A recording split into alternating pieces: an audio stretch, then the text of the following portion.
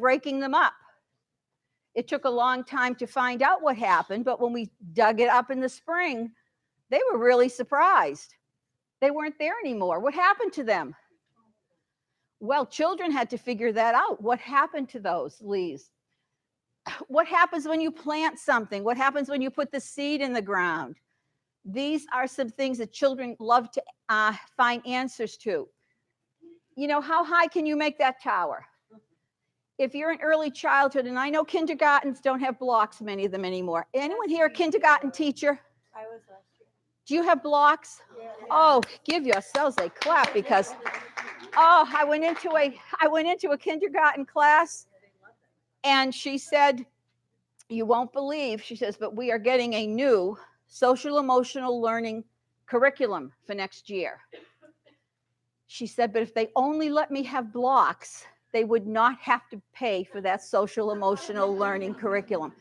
And I've seen it in kindergarten classes. I went into one in Peabody. I don't know if anyone's here from Peabody, but I went into a kindergarten class in Peabody, and one of the centers, there was an ELA center, there was a math center, the children could rotate. There was also a block center. And what I saw going on in the block center was a lot more learning that was going on in filling in the correct beginning sound. Children were planning, someone was taking charge, someone was directing it, someone was gathering. How many of these do we need? Math was happening, speaking and listening was happening. It was amazing to me what blocks can do. So sometimes if you have children building with blocks, ask those kind of questions. What would happen if you put something over here? I wonder if you could make it a little bit taller. And what would happen if you changed the kind of blocks? Would that have a difference? What if you used Legos? Do you think you could build it taller with Legos? Why? Ask the questions. Why? What about Kiva planks? What about foam blocks? A plant. How can you find out what this plant needs to grow? You know, you have plants in your classroom. We want it to grow. How do we find out? Some children might say, well, I know it needs sun. Well, how do you know it needs sun?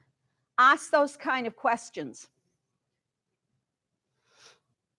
Sometimes you can ask questions that will help children reason. Take the data that they've collected, evaluate it, and form conclusions. Ask them to explain their thinking. Even though their reasoning might not be your reasoning, they are getting practice in thinking how to solve a problem and giving a reason for it. But a word of caution. Sometimes as teachers, we ask way too many questions and we forget to stop and listen and see what's going on. I always like to first see what children are doing before I barge right in and ask the question. Because sometimes by observing them and listening to their conversation, they're going in a completely different direction than you think they're going.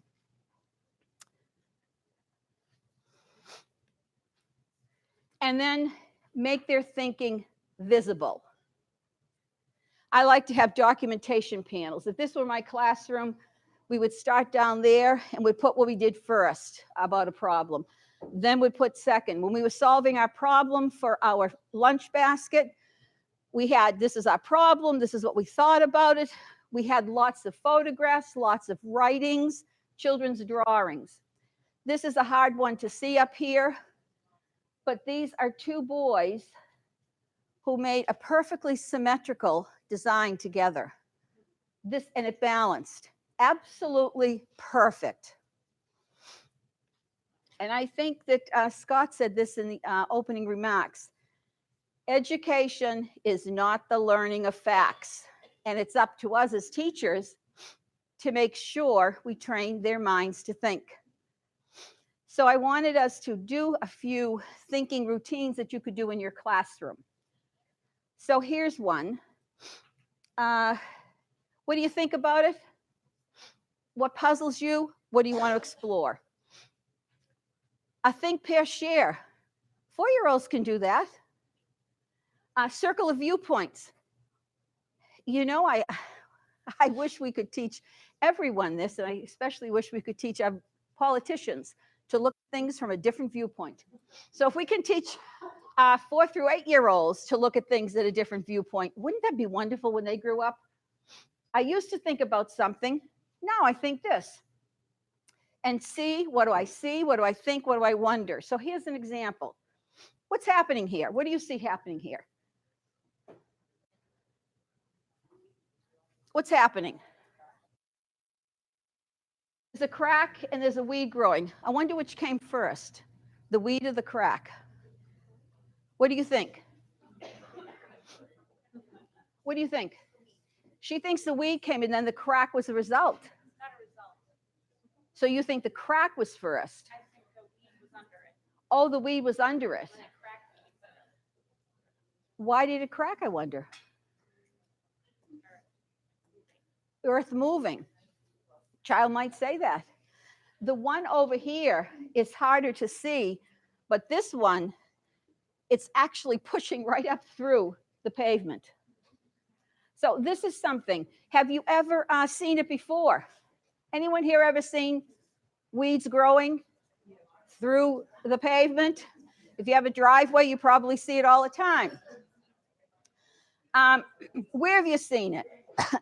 So you want to ask those questions. And what else do you want to find out about it? Because I want to know, are plants really strong enough that they could crack the sidewalk?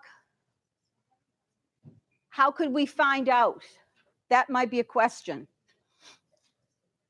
So we're going to practice with some of the tools. I'm going to do float the boat last. We're going to do the marble one. Let me just move over. Okay. So here's the deal, and you got to figure this out. And I know you can do it quickly, but children would have real marbles. Okay? We're going to play a game. And everyone needs a big marble. And then you need 6 smaller marbles of the same color. So what color choices do you have? Oh, it does come out different there. Why can't you have red? There's not enough for green and red? But wait a minute. But I said, first of all, you had to have a big one. Isn't there a big red one? Why can't I? Red's my favorite color. Oh, and how many do I have to have? So therefore, I don't have enough. These are things you can very easily do with your children. Play games with them, have them sort things. Now, children are going to take these and they're going to move them all around because they're going to need to manipulate things. All right, so here's another one. Circle point of view. So if you don't have 5 people at your table, if you have more than 5, I want everyone at the table to take one of these points of view. And I'm going to give you just a minute to talk about. I want you to think first, and then I want you to share. What does the leaf think of a tree? Now, when we were doing tree unit, this was great for children to think about. What does the leaf think of the tree? What is a woodpecker? What is a tree to the woodpecker? So everyone take one of these: leaf, spider, woodpecker, bark on the tree, or squirrel. Take one of those, and I'll give you a minute to think, and then you can share.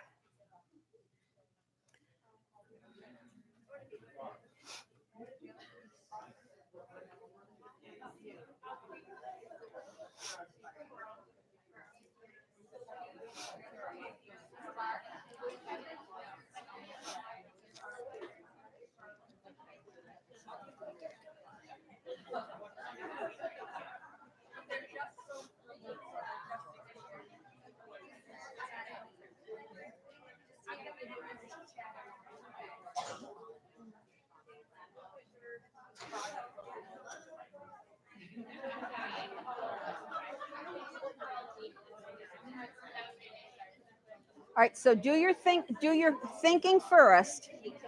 You all think first, and then you can share, because you want to give everyone a chance to think. Because even the smart ones need time to think. They'll come up with better answers.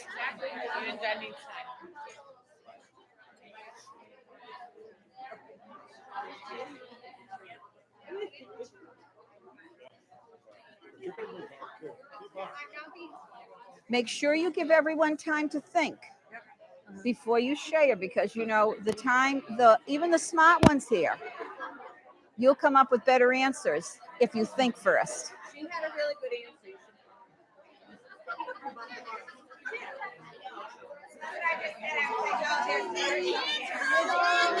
So did you all allow time to think before you started to speak?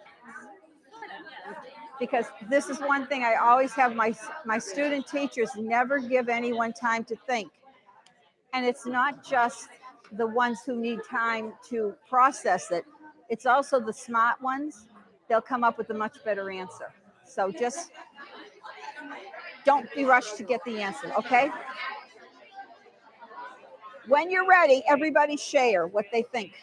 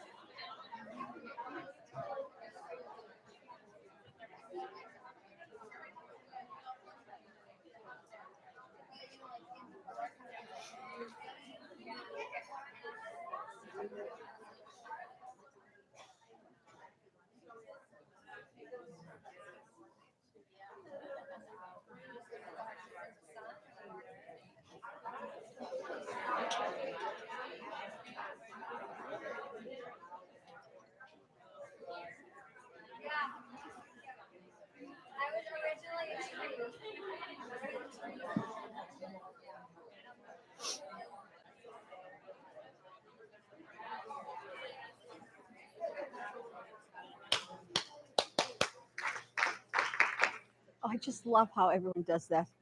Don't you feel powerful in your class when you do that and they all respond? Okay.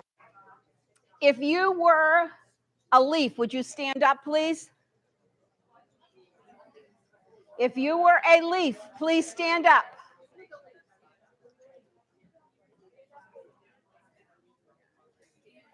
Okay, way back there with the glasses on the head like me in the black. How do you view that tree?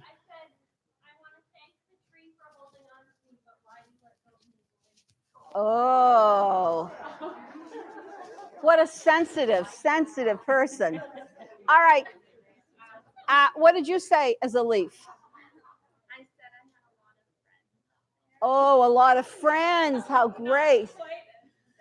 No, but you see how we're getting to know these people in such a short time, the sensitive ones right here, the social emotional learning ones. Okay, so what, you're a leaf over here? Me, yes. Yes. So I said that you are my home. Oh, you're my home. I'm part of you. Oh. Two things. But are you, is a tree your home forever? No, not forever. Oh, tree. Temporary. The tree is for your leaf life. Oh, so when you're a leaf. I'm part of the tree and I have a job to make food. She has a job. Now I'm noticing this one here has got some more information about trees. So I could go on with that and we could maybe build off of hers. She's going to help the tree make food. Great. If I didn't get to you, that's okay, because thank you very much. Let's have the spider stand up. Who's a spider? Okay, spider back there. What do you think of the tree?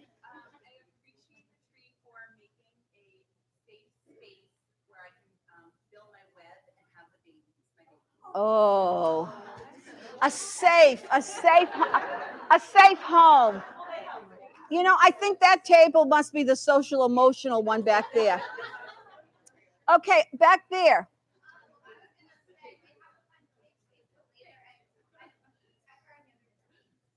So it's another safe space. Okay. I said that I was a safe space where I can trap mosquitoes.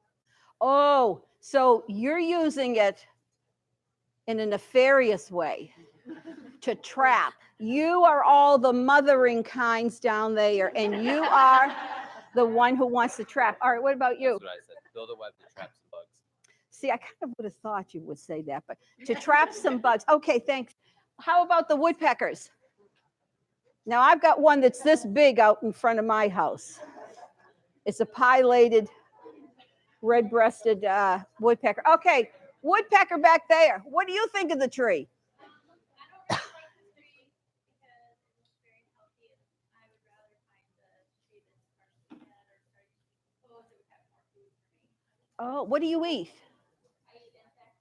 Oh, so this tree doesn't look like it has any for you. I mean, I'll take it if I need to, but I'd rather. That's the pragmatic person back there, practical. Okay, over here. What about you, the woodpecker? I was thinking that this is a place where I can get my dinner. Oh, a restaurant. Great.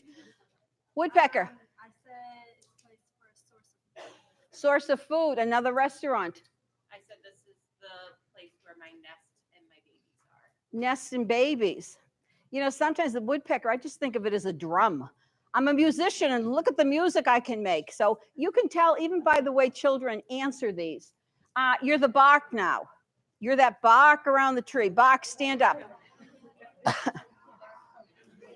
Someone told me they pointed out someone who had a stupendous answer. Okay, bark. Yes, bark. I'm strong, but somebody get these ants and this woodpecker off me. Oh, you kind of, touchy feely you don't want. Okay, your bark. I said, tree, I got your back. I'll protect you. Would you say? I got your back and I'll protect you. Oh, I've got your back and I'll protect you. That is the nurture. I'm telling you, that table. Okay, over here. I was similar. I love my tree around. Oh, you're rapping. What do you say about the bark? Have both the protection and the support. Protection and support. Nutrients to the leaves come up under the bark. Under the bark, you're So I protecting it. serve, but it also, when it grows, I grow. So we have a nice symbiotic grip. Ooh, now you see what I told you about this table here? What she had. I mean, this is the science table. You can tell. They're using the words and everything. They're really getting into it. Okay, squirrels. What do you think of the tree, squirrels? That's science. I'm hoping that this is an oak tree, because if it is, I'll be nice and fat, but if it's not, I'm gonna have to really work. Okay, So maybe go hungry, but if it's an oak tree, I'm gonna be sitting pretty. you are. Okay, squirrel back there. I said, oh, I love the exercise running up and down the street across the branches. You want to, it's like a playground, isn't it? Or an exercise gym.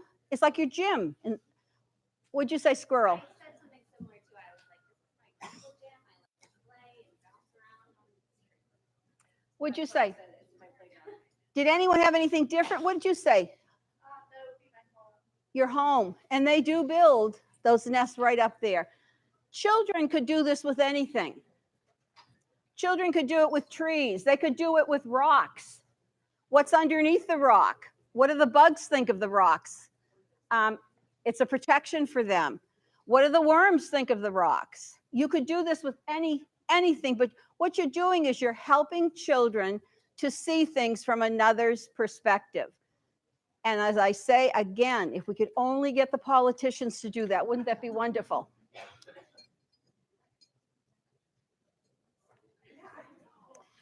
These are some ways that you can make thinking visible. Take a picture. Our children did a long project on water. And we took lots of pictures as they discovered what happens when you put holes in bottles at different levels. Children can write in their journal and make pictures. You can have a whole wall that explains what their thinking is. So one thing I'd like you all to do Have you seen this book about white rabbits? Do you know this book? Now, this is a book you would use with 3, 4, 5, 6, 7-year-olds, okay? It's a very quick book. If you haven't read it, I'm going to read it to you quickly because then you're going to do something with all the stuff that's on that tray. You're going to start with just basic remembering, and you're going to keep getting those thinking skills higher and higher and higher until you're creating something. Okay? White Rabbit's color book. One day, White Rabbit found 3 big tubs of paint. Red, yellow, blue. Sunshine yellow, she thought. Lovely. And a quick dip, and yellow rabbit, bright as the sun. Now, what about red, thought Rabbit? Oh, what's this? She's orange rabbit. Look, red and yellow together make orange. So now you're going to be remembering this if you're 3 or 4. It's time for a wash, the rabbit thought. Now she's going to do red on its own this time. Splash. Red rabbit, sizzling hot red. How cool the blue looks, thought the rabbit.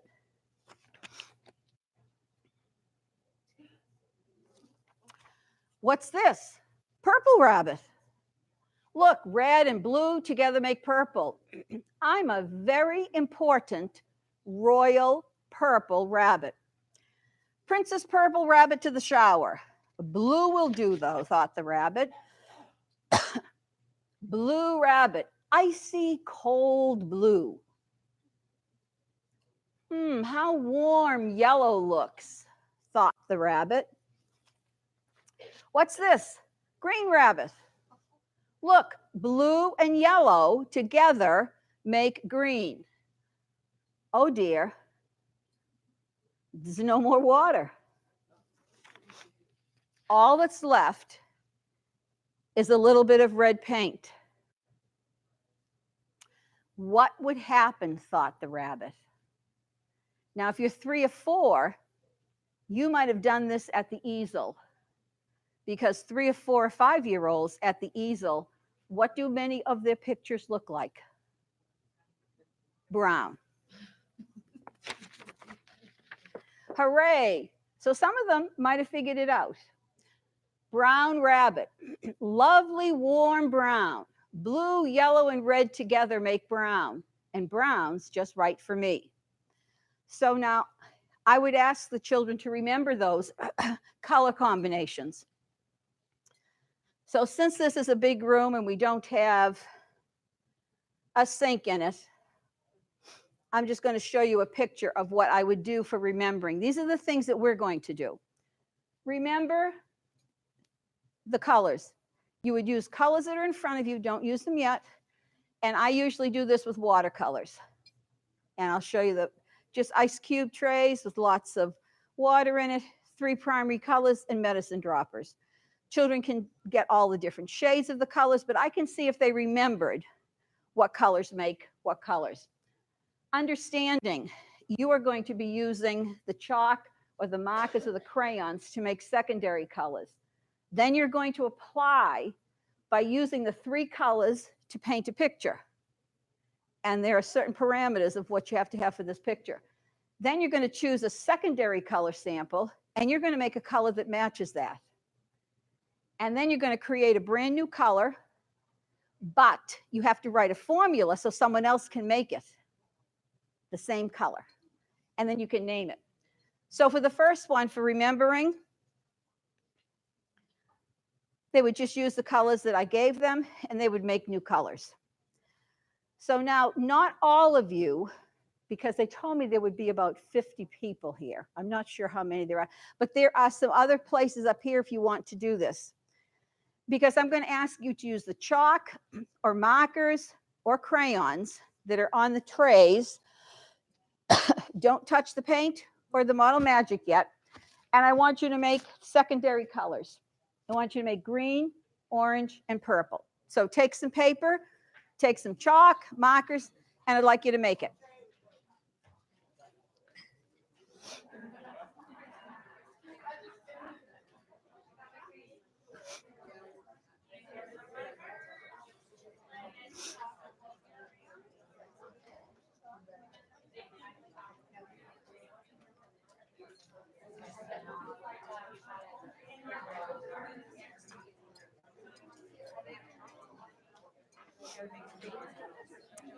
And you have that. There's a tray of paint. If you would just go get it for your table and take a handful of Q-tips. There is a tray of paint up front with some Q-tips. If someone would just go get it for your table. There's a tray of paint, a little with paint and some paper and some Q-tips. Someone from your table just go up and get it. Yes, I do. Nope. So, What do you want to do? Okay.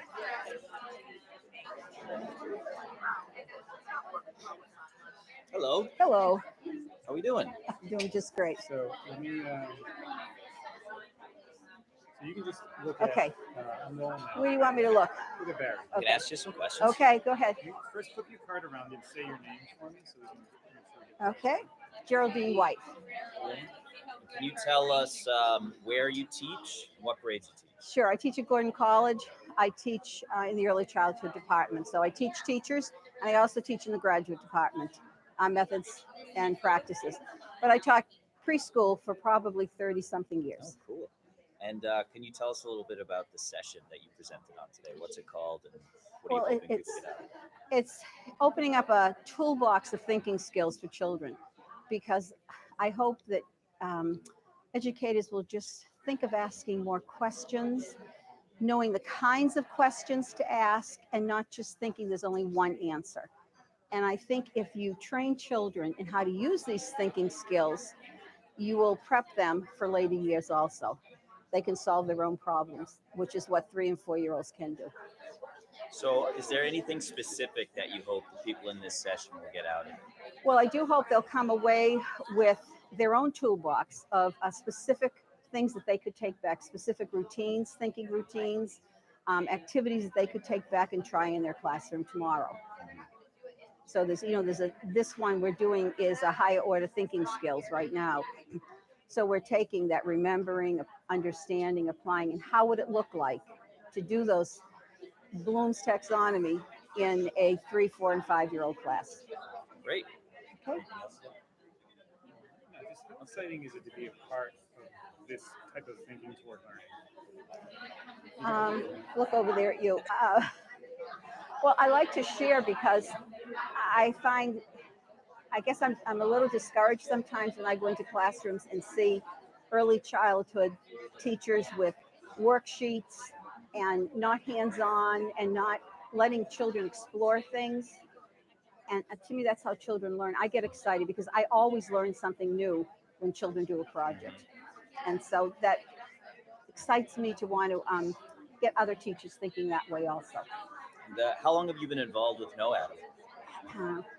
I think Gordon College has been doing it for maybe 5 years because in our methods class for science, we use the Know Adam curriculum. What do you think are the biggest challenges for people that are new to Know Adam? I think the Socratic dialogue for young children. I think knowing how to answer questions and how to follow up on those questions and not just accept a one-word answer. I think that's hard. Okay? And do we have your permission to use this? for Yes, you video? do. Thank you so much.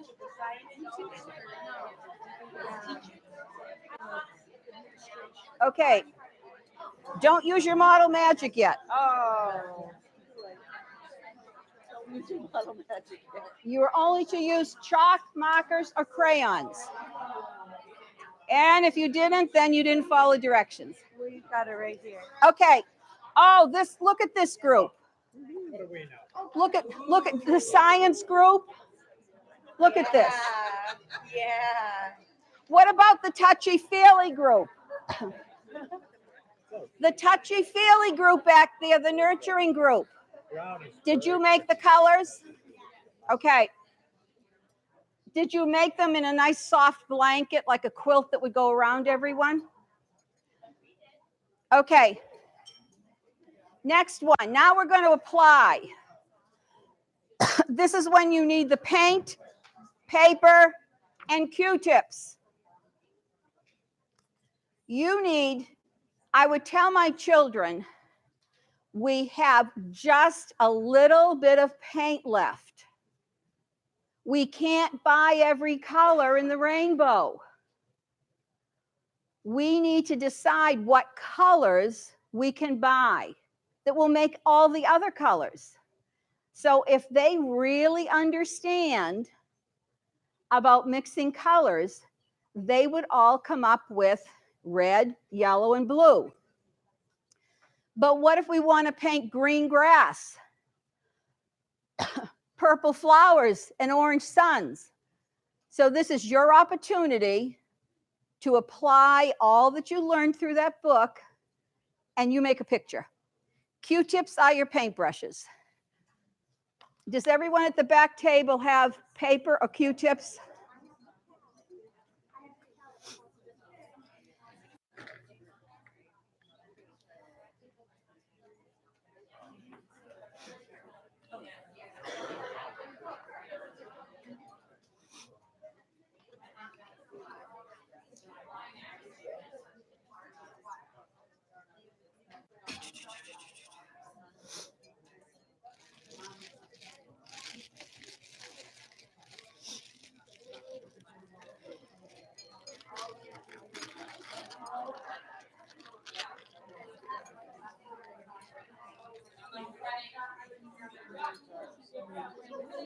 Here's your paint. If anyone needs paint, you got it? Okay.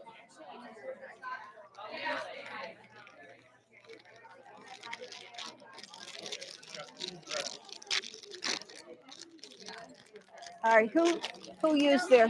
We're using clay cards. Oh, you didn't get any? We didn't get a tray, so we were trying to be Oh, you didn't. I could give you paint though. I mean, I have lots of paint. Do you need paint? Oh, please. Well, you might need to replenish a little bit of it, so I did bring you some more over here. tactile crew. Let me get you some paint.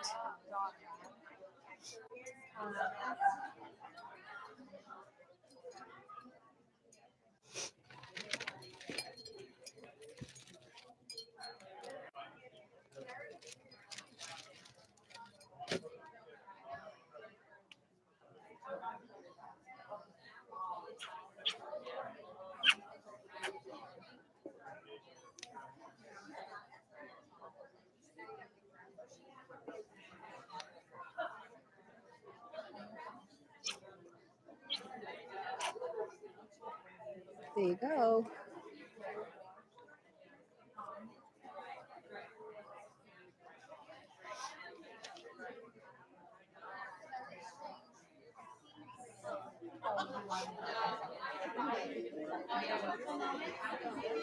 Okay, here's the artist. Paint a beautiful picture.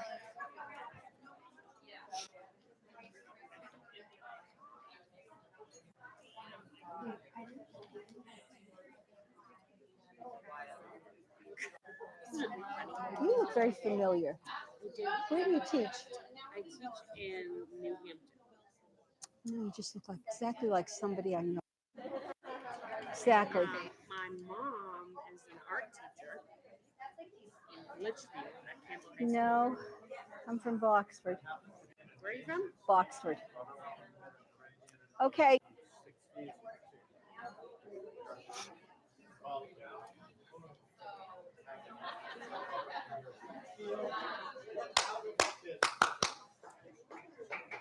Okay. Someone from each table, hold up your picture. Stand up. Hold up your picture. Let's see the artist.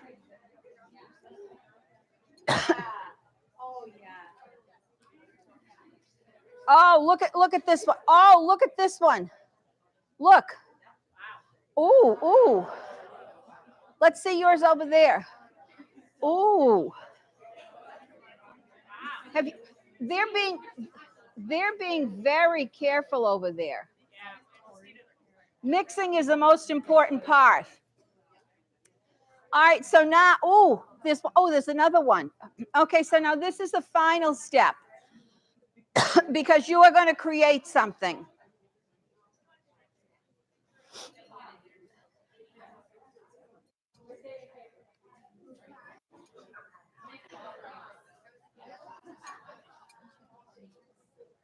Okay. On the tables that have the trays, you should find some color swatches. There's lots of color swatches. So if you don't have them at your table, go find one from another table. Everybody take a color swatch. And you need to use Model Magic. Now just take a pinch of it because I want everyone to be able to do this. A little disclaimer, you might need some white. And I do have a lot of white. And remember, you start with the light color and you add a little bit of dark. If you start with the dark, you'll never get it. So choose one of these. And if you don't have one of these, come to one of the tables that does. Okay, girls, what color do we want to make? Where's my son? And use the Model Magic and see if you can make it. You can each make your own. Sure. Pick a color and then someone else can pick one. But just take a little pinch of your. You are trying to pick a color and you are going to match it with Model Magic. Oh, okay. If you need white, I have white.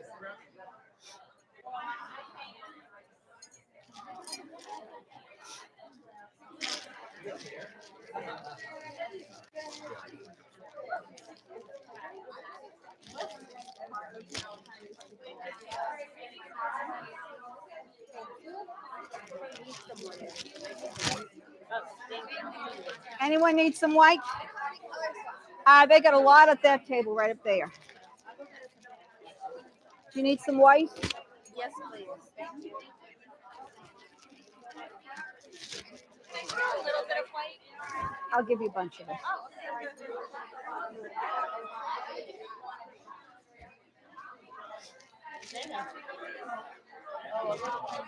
I'll get you some white. Not that color, purple, but it's.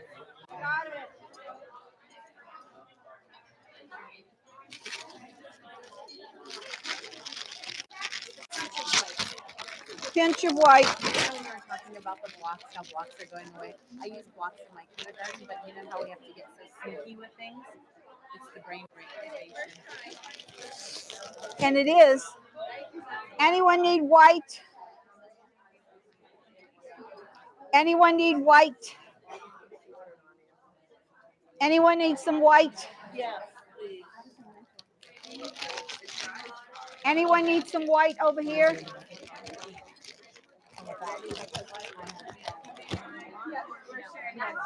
You actually made it better. Look at you. Here's some white. Oh, white. Anyone need white over here? We'll take a little. Why not? Thank you. Don't trip on my phone. So everyone gets to choose a color, not just one person. Oh, okay. I mean, everyone gets to choose a color sample because, you know, you couldn't have early childhood people not do anything.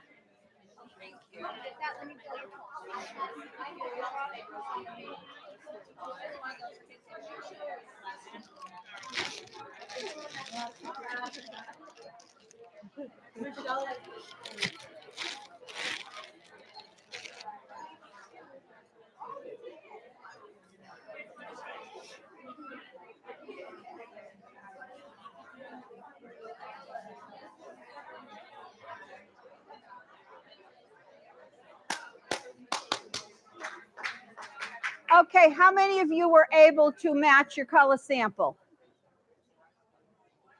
Good. We got some real good. Oh, that one looks really good together. Oh, look at that. Oh, stand up and show us that orange. Look at that match. The one last thing that you're going to do with this, you are now going to create a color and your Buddy at the table has to be able to create the same color. You write the formula for it. You can use anything you want. Markers, crayons, Model Magic paint. You write the formula and they will create it.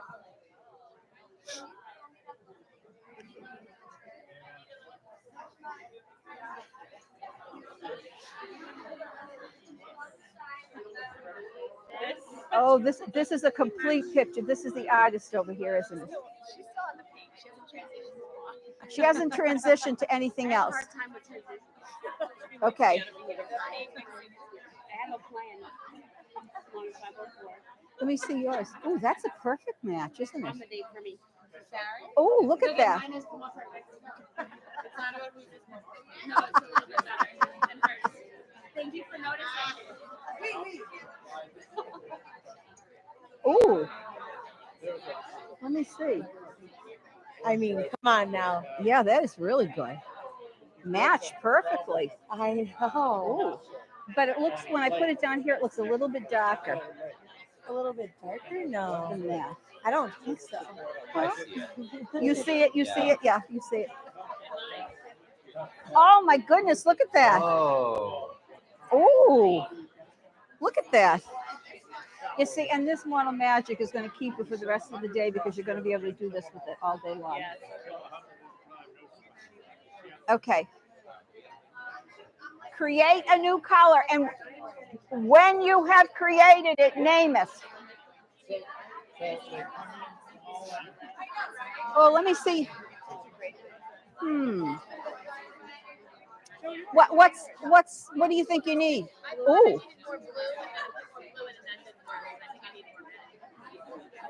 try a little more red, see what happens. Oh, let me see that one. What do you think? Or yellow. Well, try a little more yellow and see what happens.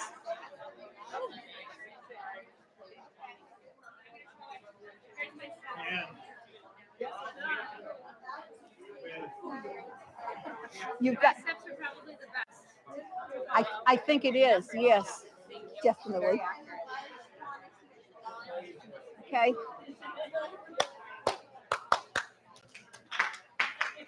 Okay, I know that we're supposed to be kind of finishing up. We went a little bit over for the opening address, so I think we have just a couple more minutes to finish up. But who created a color? Who has a color? You've created a color? Come on up and tell us what your color is. It's clemengerine. Okay, so this is Pam, and Pam has created clemengerine. Why did you call it clemengerine? It's orange. It's a shade orange. of orange. It's orange. And it's 2 parts yellow and 1 part red. 2 yellow and 1 red.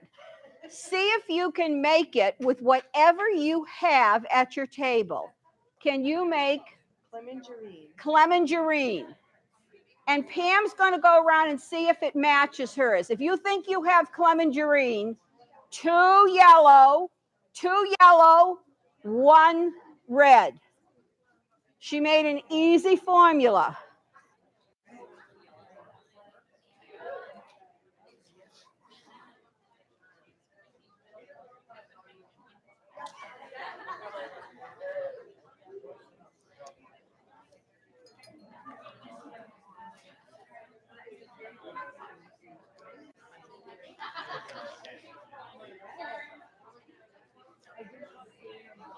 Pam, have you found someone yet? Oh, nice job.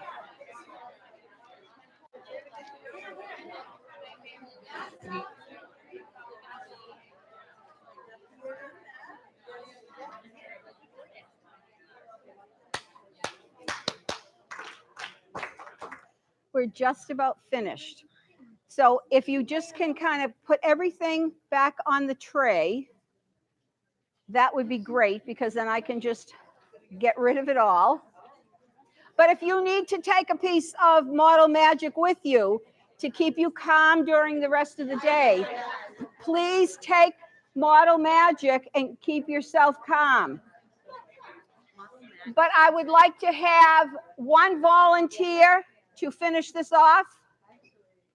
One volunteer who loves blocks.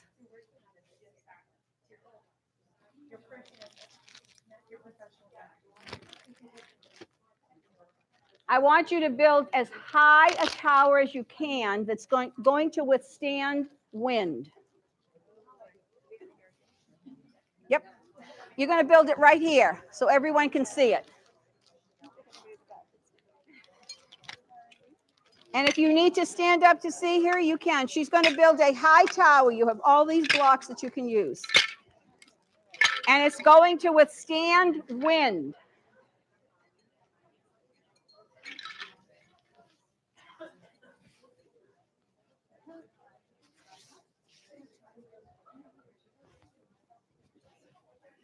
Okay.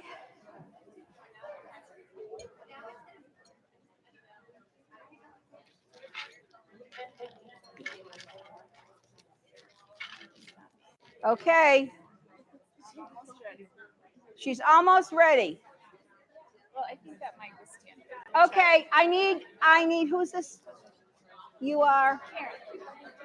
Karen's table needs to come over and be the wind.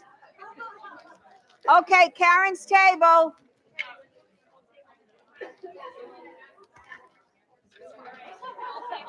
Okay, everybody, the wind is coming.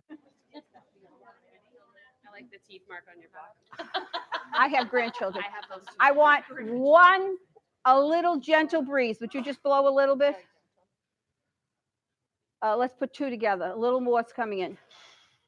Uh-oh. 3, it's getting a little more, maybe 25 miles an hour. Oh, they didn't even need hurricane force. I know. I'm gonna have to try again. Would it be different? The questions to ask are, would it be different if you use different blocks? Would it be different if you made a different base? One of the things my children really learned about was stability when they were doing their building unit. They learned how to build a stable tower. Kiva planks, very good to build with. Thank you very much for being the wind. Once you've got everything all picked up, thank you very much. Now your job is to put them back. And help children think.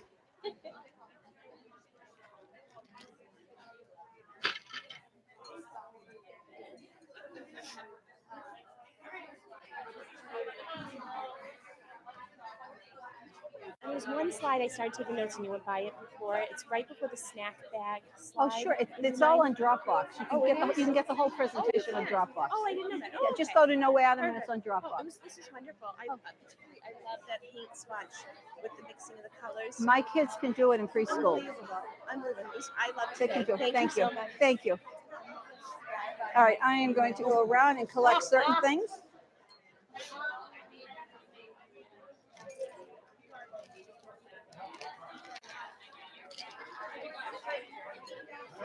And I want, excuse me, I'm just going to take some of these. You're welcome.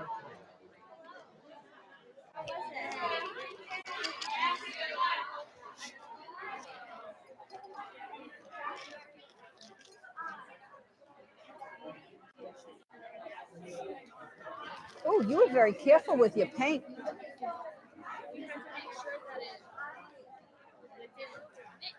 If you need model magic, if you need to take it with you, some people do, you know.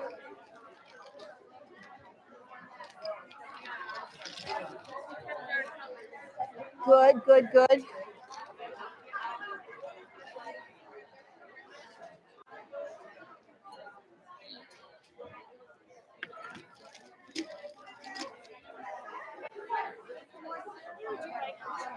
Just leave it right here and I will sort.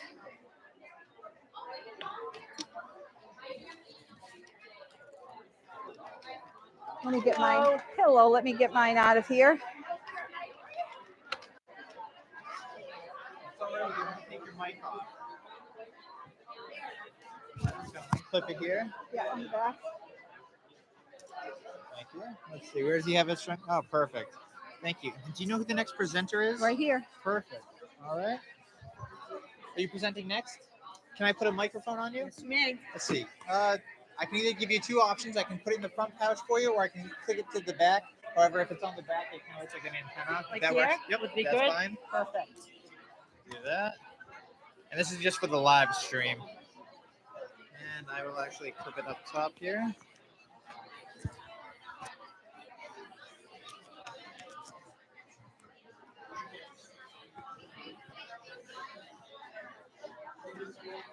I'm Now, just going to adjust this around your arm, and I'm going to bring it right up the top here. That way it's- question, is Yes. it possible to have my laptop at one of the tables so my friend can just do the clicking for me, or does it have to be there? I don't fully know. I don't actually work the AV room. Oh, okay. We're completely separate. All Let right, me get so I someone need to an answer that AV. for That'd you. be awesome.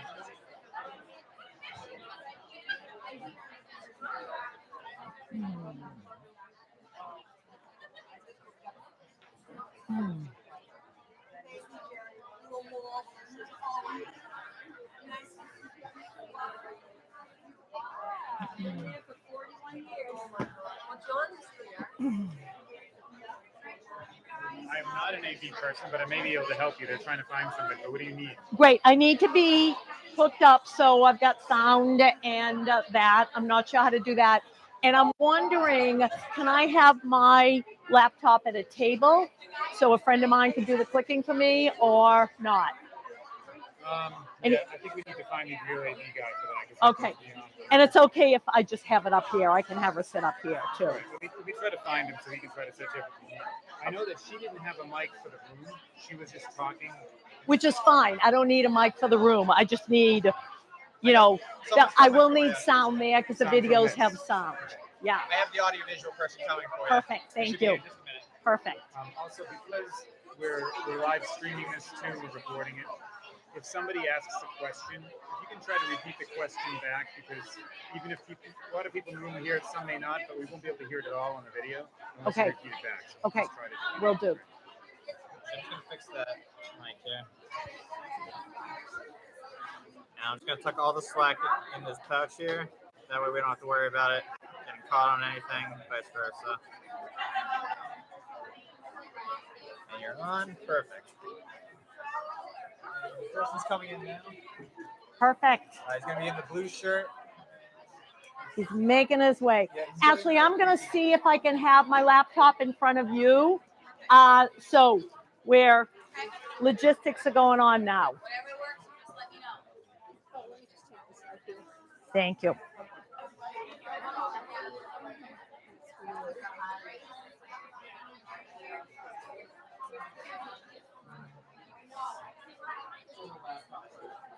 Hello. I just want to be, well, two things. And I don't know if you can do the second one. I want to be hooked up so my video has sound. And can my laptop be right there so my friend can do the clicking for me, or does it have to be here? Yeah, She doesn't mind sitting here if. I got it taped down is the only Okay, thing, so. Ashley, do you mind sitting up here just for the clicking part? I don't, but I totally did not dress the part. Well, you look cute anyway. And then you can just go back and forth, like for the turn and talks and stuff like that. Awesome. As long Thank as I you. don't need to talk. Nope. It'll just be like every once in a while. We've got a chair, and there's just one thing that I'm going to show you. So, thank you. I hope it goes well. So, it always slides click down there, and when you get to the slide that's a video, it's going to take you to. Automatically. And do I have sound? You should. Let's just test. So let's go down to. Okay, where's slideshow?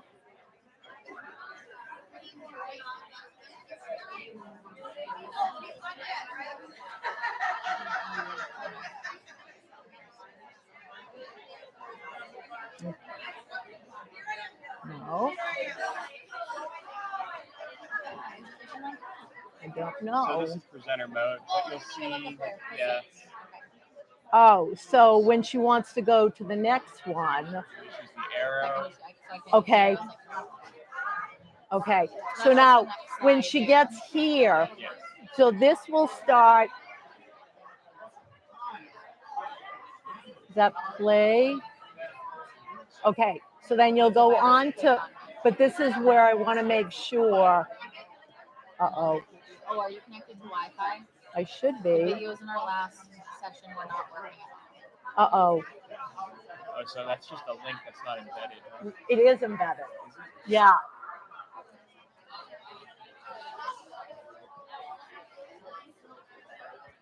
Because I have two. So this is the one that goes to YouTube. They were working this morning in here.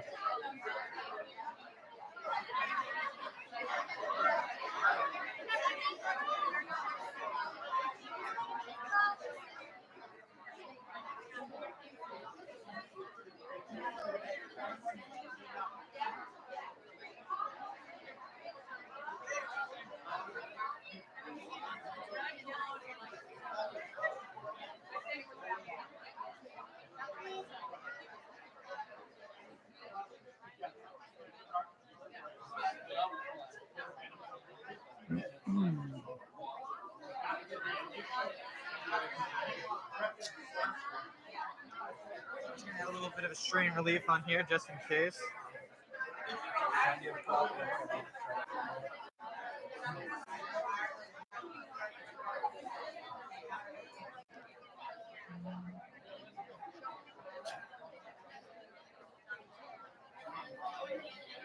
Let's get more up top here.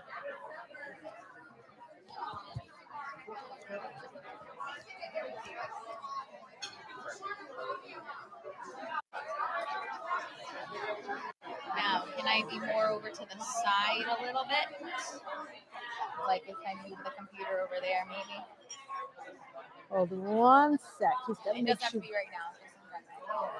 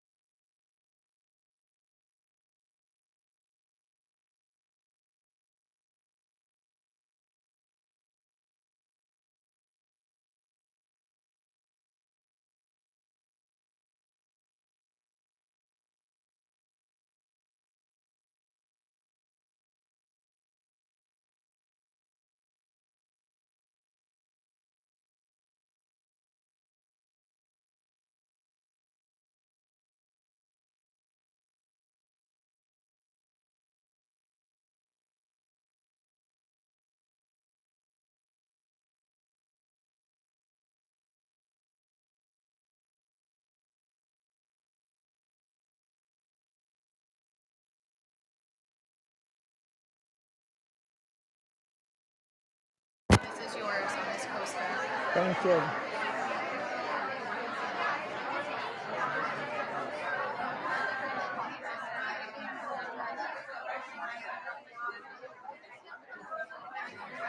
Just gonna put it right back in the pouch here. Okay. I'm just gonna dress it down your back here, just so it's hidden for on the camera. And I'll come take all the tape and everything off at the end of your presentation for you.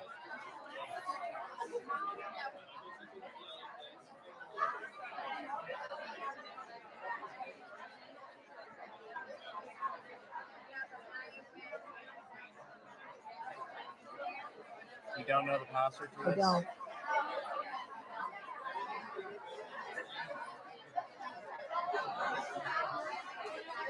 You all set? Thank you. See if I can get my husband.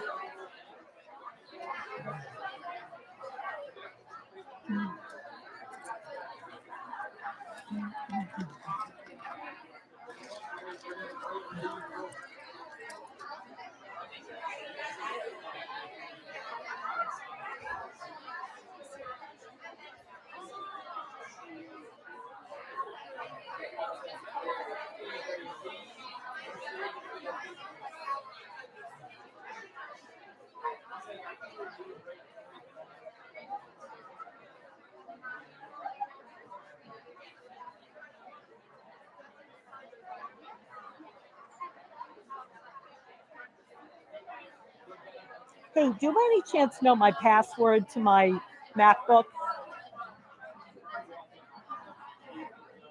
Hello? If you're hearing me, I can't hear you. Could you just text it to me if you know it? Thank you.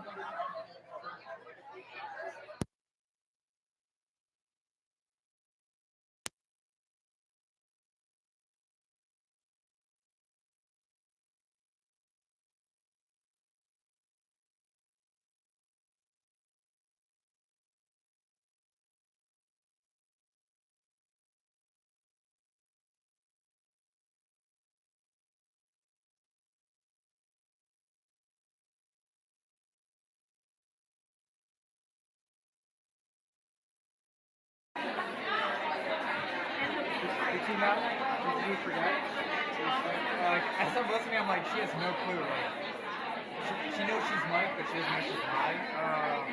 We did tell her she's live. She had just one of those things, and she made the phone call behind the banner. She's like, yeah, I'm alive. I know. It was her husband. She's like, hey, I gotta get in my Mac. What's my password? She said, no password for this, but like password for this. I'm like, good call. You got burned before. Yeah. Mostly both of the people watching didn't answer. Two people here.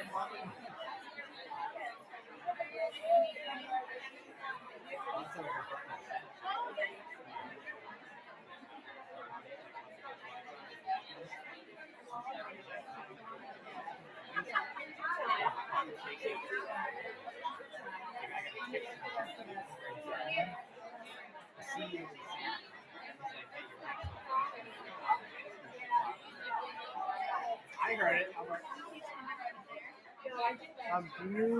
Are we doing live? Are we doing uploads throughout the day, or is it just? It should be good to make it all at the end of the day. These cards should be fun. Are you doing 4K on this evening, or is it? No, it's just going to be. We'll have plenty of space, and then if you start running over on the second card on this, let me know. I'll get you another card, and we'll swap out. Okay, that happens. So I'll give you the first card. Yeah. First card is. Wait, here. No. I can grab one. We have 111 minutes. So you're just jump or did you just 4 minutes. The success card.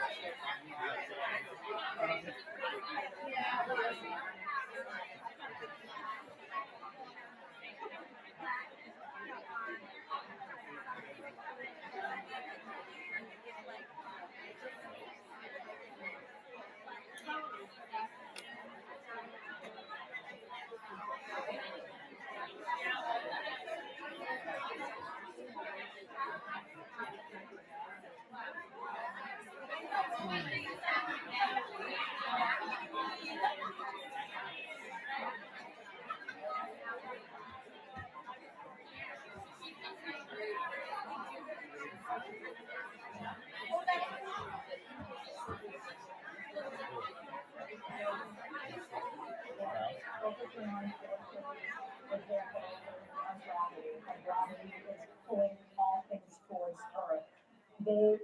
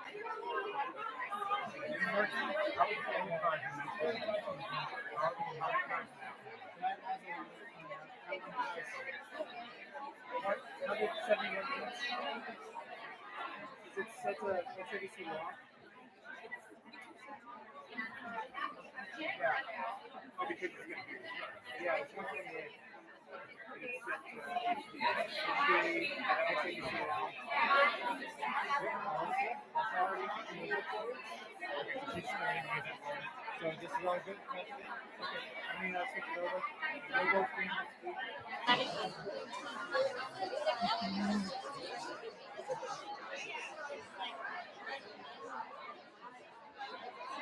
Good morning, everyone. Welcome to Bringing Joy to the Classroom. So we had a typical non-joyous moment where I had some tech issues that could have brought down the whole presentation. So thank you for your patience. First of all, there are so many more people here than I expected. So materials will need to be shared. So just know that right from the beginning. I am really, really thrilled to be here. And I want to talk about just for a minute where my idea for this presentation came from. Last year, I was approached by someone in the district and asked me if they could come videotape something cool that was going on in the science classroom. That was in September. So I ignored them for months and said, yeah. She said, just the next time, give me a few days heads up. I will be totally flexible. And I was really terrified to do it. And I finally, the year was coming to a close, and I thought, one of the last things that kids do is engineering roller coasters. And I thought, that really does it for the coolness factor. But I was still really concerned about it. And I had to just kind of, last year I did a presentation here about releasing responsibility. And I thought, this is where I have to put my money where my mouth is and just release and let whatever happens happen. And I have to tell you, if you have the opportunity to be videotaped, do it. Because I must have watched the video 100 times because I got so much from it. Because I kept looking at it through all different kinds of lenses in terms of what was going on here? Why did this work? Why was this an issue? So when I was asked to come back and present, I wasn't sure if I was going to do it because I couldn't think of what I was going to do. And I'm going to ask, Ashley's my tech backup who works with me. And I'm going to bring you to our next slide. I love this slide. So can everybody read this? why I teach. That was my title. In the end, we will conserve only what we love. We will love only what we understand, and we'll understand only what we are taught. So I was at a retreat, and that was on the wall. And this was sometime, I don't know, the end of last year. And there was something about that that really impacted me. And I just felt like I had to think about it. And a little while ago, I had the opportunity to go and listen to my daughter's boyfriend, who is a professor at Georgetown University, and he is a climate change expert. He's passionate about climate change.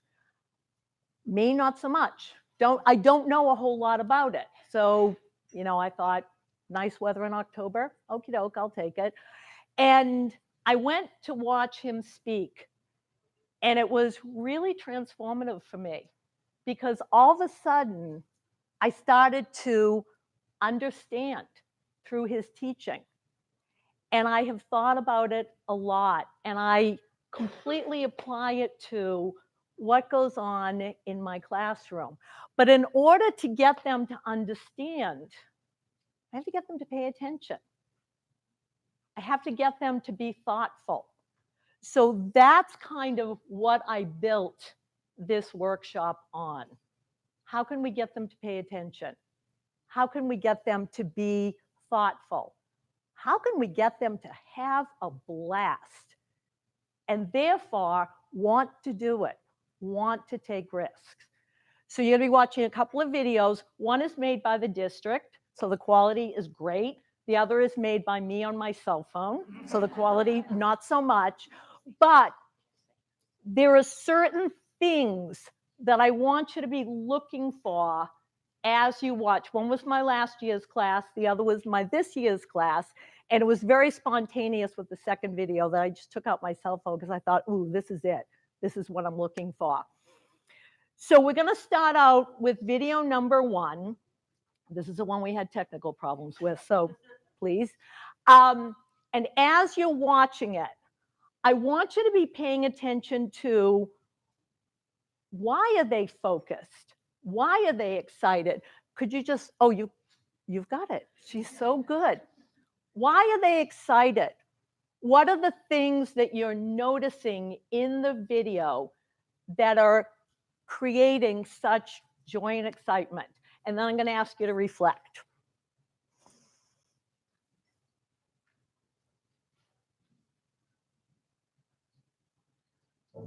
Ashley.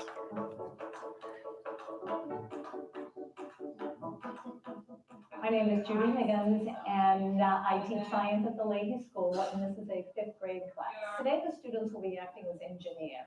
They are designing and building roller coasters, learning about forces, and focusing on forces. For example, they learned about gravity, how gravity is pulling all things towards Earth.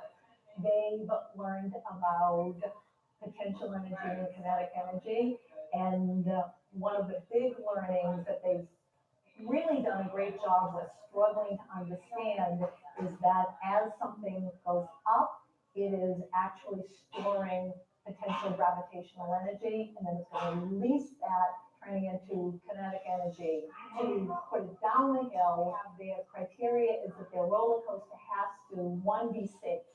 So they're using marbles, and those represent the passengers in the cars. So, that's the goal, that it cannot fall off the track.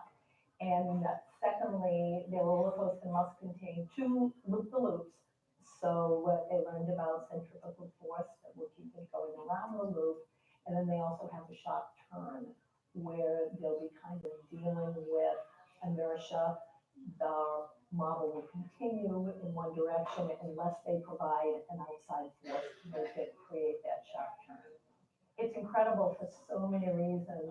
One, a lot of these kids are English learners, so they do the reading and they work together on a graphic organizer. They learn the words, they learn the vocabulary, they can talk about what those vocabulary words mean, but then to put it in action and to actually see. They also have great conversations about when the hill is not steep enough. It does not have enough kinetic energy to get it down and around the loop.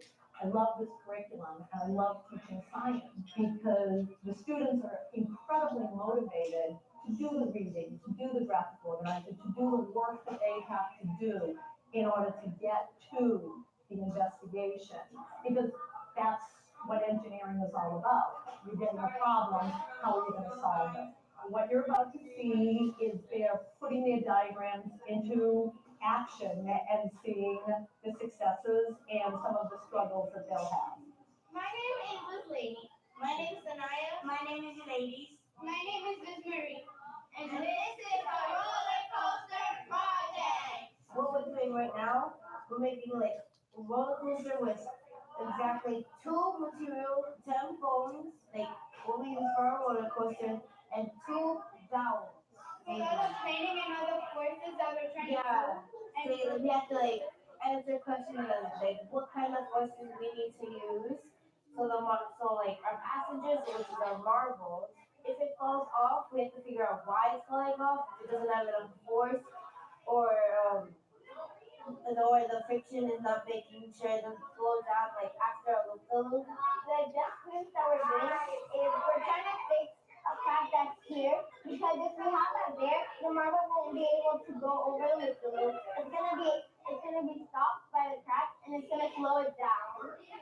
What's exciting is how we can use a lot of force to make a roller coaster so the marble can go through like a real roller coaster. And we might add a hill and it'll have enough force to go over another loop. I always thought roller coasters were fun, but then when we learned about this, I was like, how many forces do we need to build a roller coaster? My favorite line. What force is getting it through the loops? What else? What's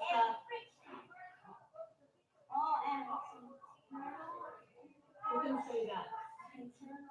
Yes, excellent. Centripetal force will keep it going around the loop.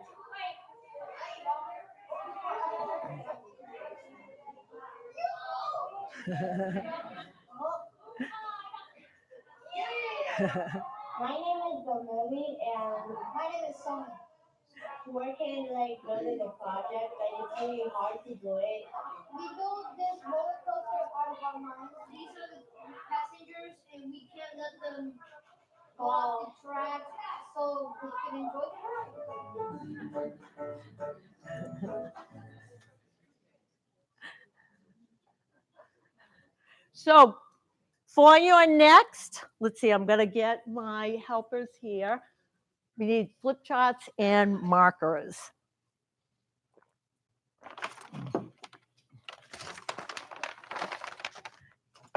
Now, again, I apologize for, we're going to have to do a lot of sharing of materials. Eileen's going to put a flip chart on each table. Do you mind just giving a marker to each table for as many as you have? And when we run out of markers, we're just going to have to do pens. And what I would like you to do is to think about, what was it that you saw that explained the excitement? And I think one of the key things, because there was so much that I didn't see that was going on, because the videographer was doing her thing and I was just kind of moving from group to group. That student who said, you know, that giddiness and this, who knows, there was so many forces. She was so delighted by that. And I thought, that's amazing to see that kind of excitement about forces. So what is it that is generating that kind of interest and perseverance? Because some of those groups, those marbles fell off 100 times and they would continue, put the marble back on, look at it, see what they thought. So if you could take a minute, talk in your groups, and then thank you so much, guys, and then just go to a chart and list what are some of the components that you think added to that excitement. And then we're going to see another video and we're going to do a couple of readings as well. So I'm going to give about 6 minutes, talk in your table groups, go to the flip charts, write with whatever markers we have. Thank you guys. I don't know what I would do without you. So last year, it was literally a third of this size. And when they told me they wanted to live stream it. And This is amazing. so They're so into people. And seeing the students, I'm like, oh my God. But like, it's awesome. thank you for being here. I'm so relieved so because this is always the scariest thing. What did I oh my say? God. 6 minutes. And you're doing amazing. We thank you. I'm so waiting. This is a book that you have to buy. I'm going to do this. Guy should pay me because every talk I ever do, you're going to be doing some readings from this.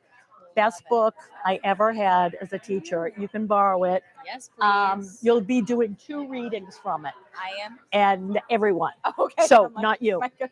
and you will be tested. But I would do it. I know you would. Look at you guys. Yeah. Hands on, out of seat. Yeah, out of seat is big. Yeah. It was a physical project rather than an oral writing project.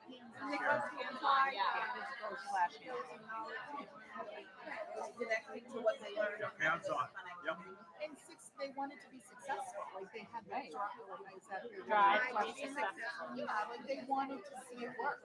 And they also, it was so funny, they were so connected to, like they would say this, like, guys, these marbles fell off. These are people. These are people who are going to die. And then I know. So they had a sense of responsibility. Yes. And they weren't like the one that had trouble. Like she wanted to make it work. Responsibility to the real world connection, I guess. Yep. Those are all the things that like we're always taught, you know, how to be a teacher, but this was so transformative to me, being able to like sit and like watch that video and go, oh my gosh. And this was a really struggly classroom. It was a lot of behavior problems. The what? The extra staff. So I'm the special ed teacher, and last year I was able to go in, which was great. Which was It a fantastic. blast. Yeah. And it was fun for me. I noticed that. And one of the kids in there, one of the most successful was one of my students. So it's Was Sony. really- Sony, that was crazy. Yeah. No, exactly. This year I don't get to go in, but my paraprofessional does. Age appropriate. I would say it was age appropriate.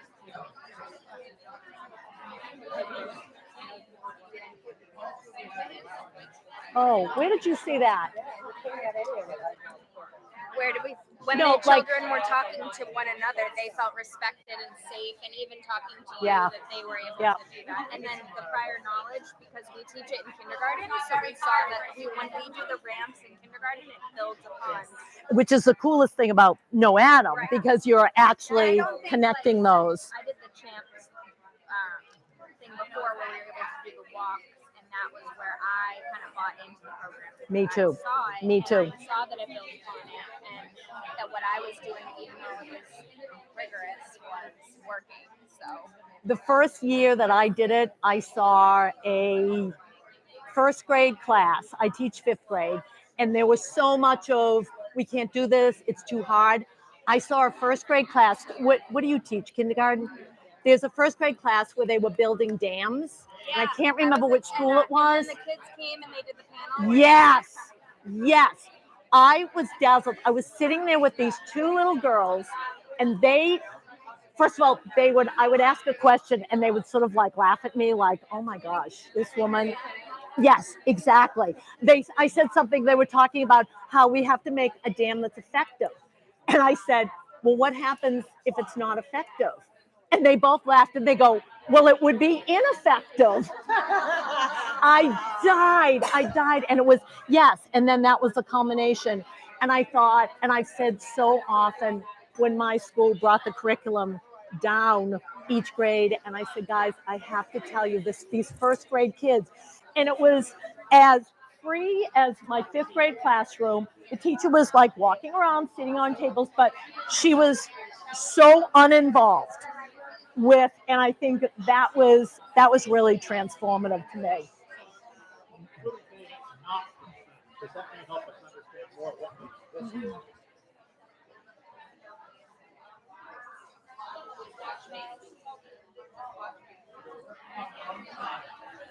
All righty, I'm going to bring you on back in 3 and 2 and 1. So as I was walking around, I don't know how we are going to do this in the time that we have. There were so many great flip charts, and there were so many things that I've thought of, but there were a couple of things that I thought, oh, I didn't notice that. So if we could just, quickly pop around to each table that would like to address their flip chart and to think, what is it that you're seeing? Because we're going to be connecting these to the next video that you see, and then you're going to be doing 2 quick pieces of reading about the brain and how the brain works. So we want to just sort of wrap this all up together so we can think about what are the components that we can think about? What are the components that we have some control over when we are thinking about our lessons? So you want to start at this table? Just a quick share out of some highlights. Sure. I think that the fact that it was hands-on and they were all out of their seats and having fun. They were taking ownership of their learning, working in groups. Also the high interest. I mean, kids love roller coasters. Yep. That was friendly competition or challenge, so there was no risk involved, and that they were excited to try the materials after they learned the vocabulary, done all the reading, and then that's the fun. The fun part. When you say ownership of learning, what did you see that led you to think about their owning their learning?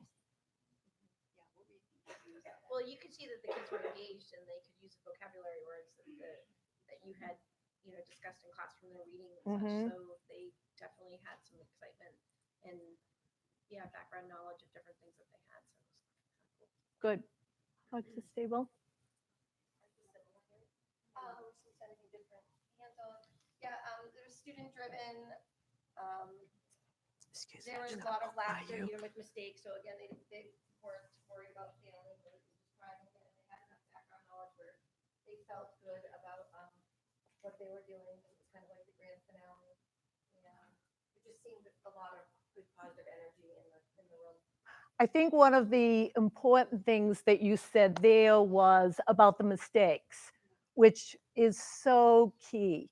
And I guess that's one of the things that we'll want to explore. How do we create that? How do we get that it's not a big deal to make a mistake?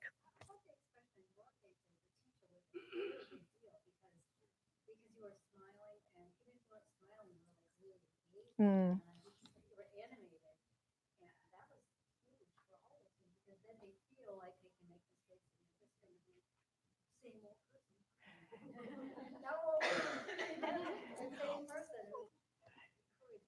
And I think that was one of the things for me as a teacher last year doing the release of responsibility workshop, that was so important for me to figure that out, that I can make mistakes too. This lesson doesn't have to be perfect, and we can learn from failure too. Next table back there. We like the excitement over success. You can see that a lot. And also, there was really, like you said, no fear of failure. If they did fail, they knew that they could go back and try to fix it. It wasn't, you got it wrong. There was no one right answer. Yes. And it was, very motivating for them. Also a real life connection. And this is also a great opportunity for the shy, tough kids to be engaged. I think one of the things that those 2 students, and Eileen sort of knows this, the 2, Sony and who was Sony working with? There were 2 as a boy and a girl, and they really did not like each other.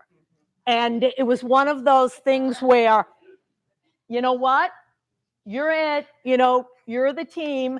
And it was fascinating. This is Eileen, who worked with me last year in my classroom.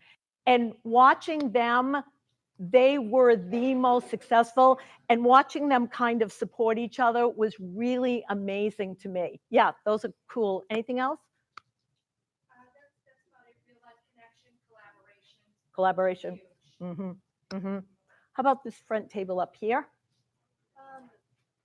We really appreciated how it allowed for a lot of creativity because you could make the roller coaster really however you wanted. Yep. But within those.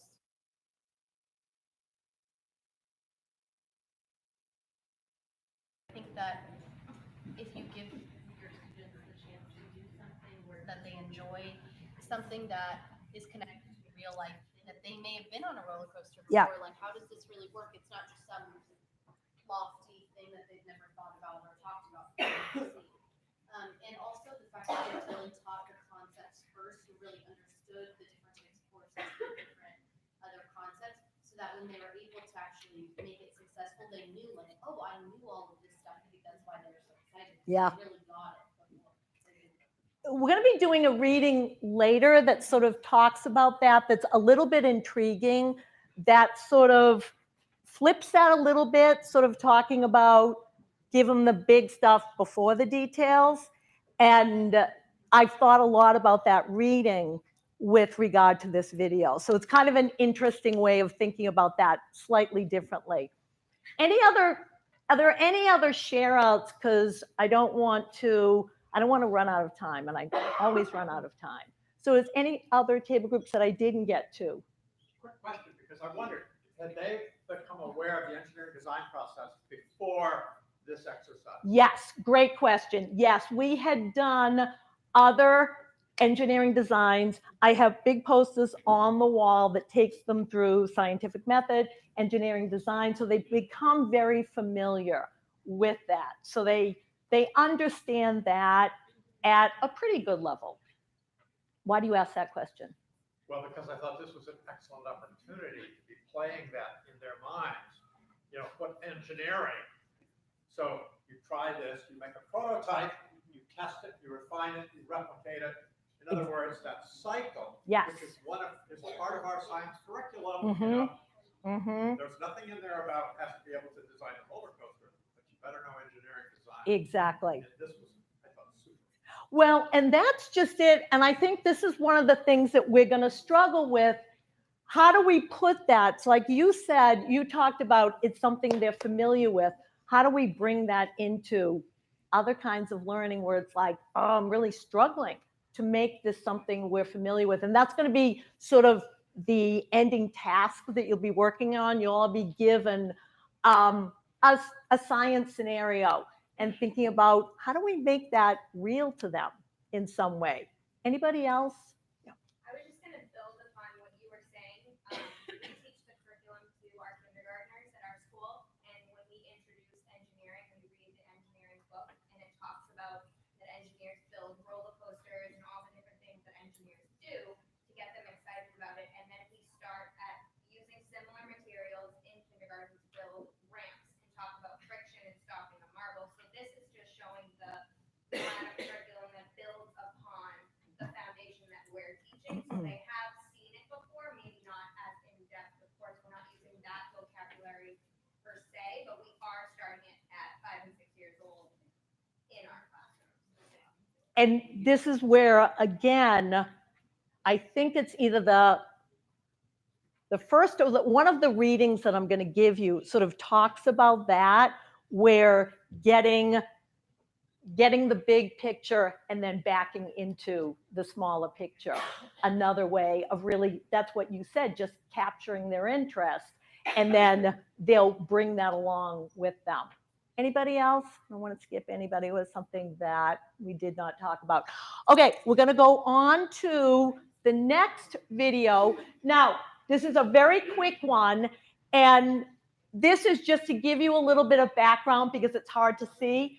They are doing mineral testing, and they're given a mystery mineral, and they've learned about the MO scale, they've learned about what to do, and they're visiting 8 different stations, and at each station they're doing a test, and then at the end they have to go back to their book, and their book has pages that they have to sort through to try to identify which mineral have we got. So this is a little clip, again, that I just pulled out my cell phone and I started to record because it was reminding me of some of what I saw in roller coasters, and minerals, not quite as exciting, not quite as relatable, or so I thought.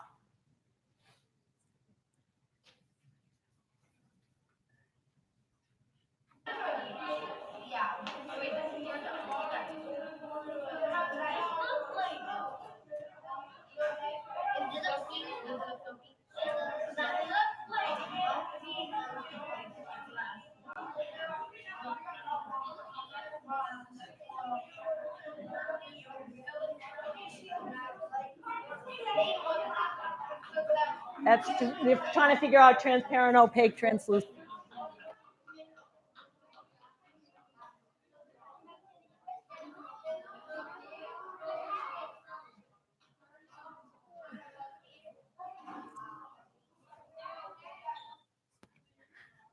So there again, it was fun to video because I was really quite pleased at how, first of all, how on task they were. So if you would just take a minute to talk at your table, what are you seeing there? Are you seeing the same? Are you seeing different things? What are you seeing that should cause them to be engrossed in that, on task? I'm not going to say the other words because those are some of the, I don't want to give away some of the things. So take just 2 minutes in your table groups to turn and talk. Yeah, not nearly as exciting.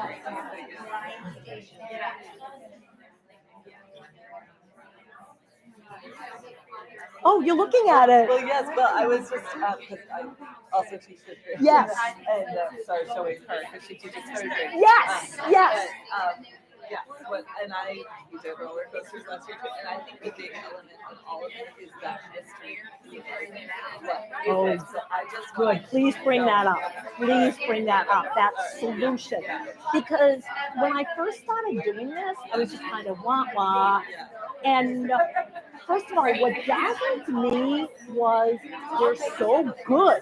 And there's so much opportunity for messing up.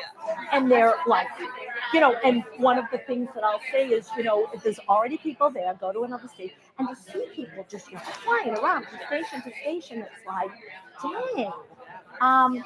So it's such a good thing to reflect on.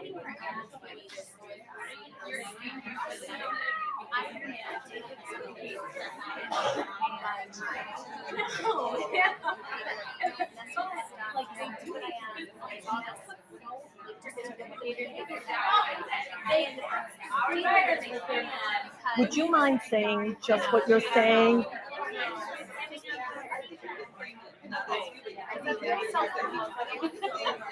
But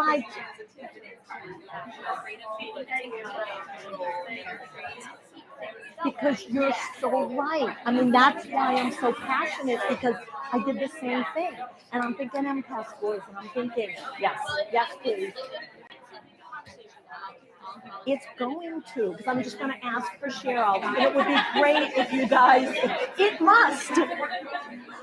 All right, I'm going to ask you to come on back in 3 and 2 and 1. All right, who would like to share out?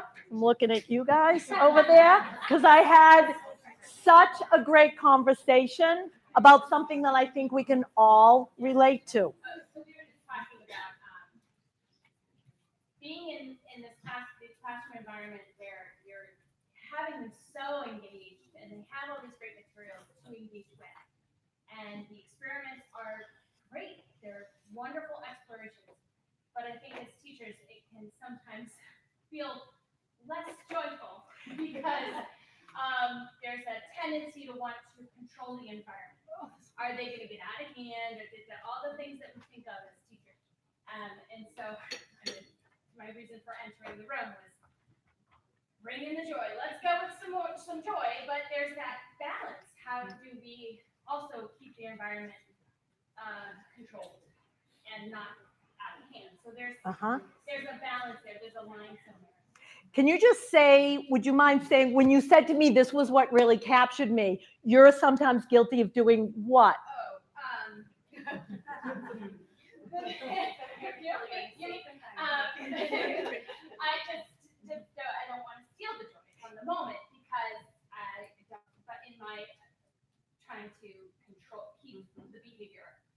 and to keep, let's use the items appropriately, and like, is that statement, although totally fine for a teacher to say, but is that stealing the joy from the moment? Yes, yes. And I'm so thrilled.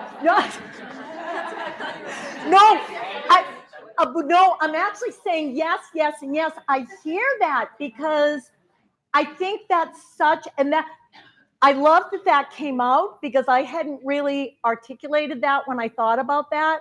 But I think that is it so often, that fear of losing control. And yes, I was often guilty. I'm sucking the joy right out of this. Am I meeting the objective? Am I finishing on time? Because I never finish anything on time, and hopefully I'll finish this on time. But I think that's such a powerful statement that I want us to think about, because I haven't necessarily, it was like, oh, great, how are we going to bring joy? It's always something that we have to think about. How can I do this? Or at least, how can I not do this? Thank you. Anybody else want to add on? Did you model how to do the centers before you did? No, I did not. Because again, I'm getting a little bit better at releasing independence, because I think that first, the endless talking, that was one of the things that I really told myself, stop. Give them as much information as they need and move on. So there were parameters.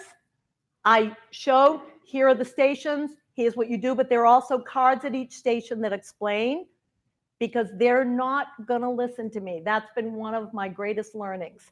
They're not going to listen to you. Save your time. What did you say? They're looking at what they're going to be doing. Absolutely. Which really, should be what they're doing? They get to see me all the time. I think they should be listening to me, but. Yes, exactly. But what are they actually doing? So we may as well capitalize on that. Yeah, that's a good point. Anybody else? Well, the other thing we're talking about too is just that for them, there's this element of mystery to all of these projects. Like with the roller coasters, they don't know what their marble's going to do. They can't wait to try it again. Is it going to make it through the curve or not? And with the minerals, they don't know. Is it going to conduct the current? Is it not? Who knows? We have to test them.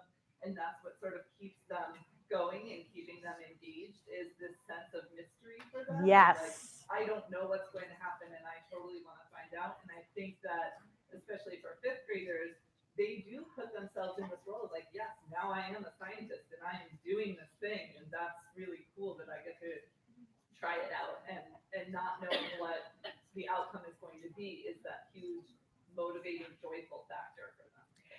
And I think I like that you brought up that point, because that's another one of those things that I always have to stop myself from giving too much information and letting them figure it out, letting them fail, letting them learn what they're going to learn. And I can play with that later if I need to.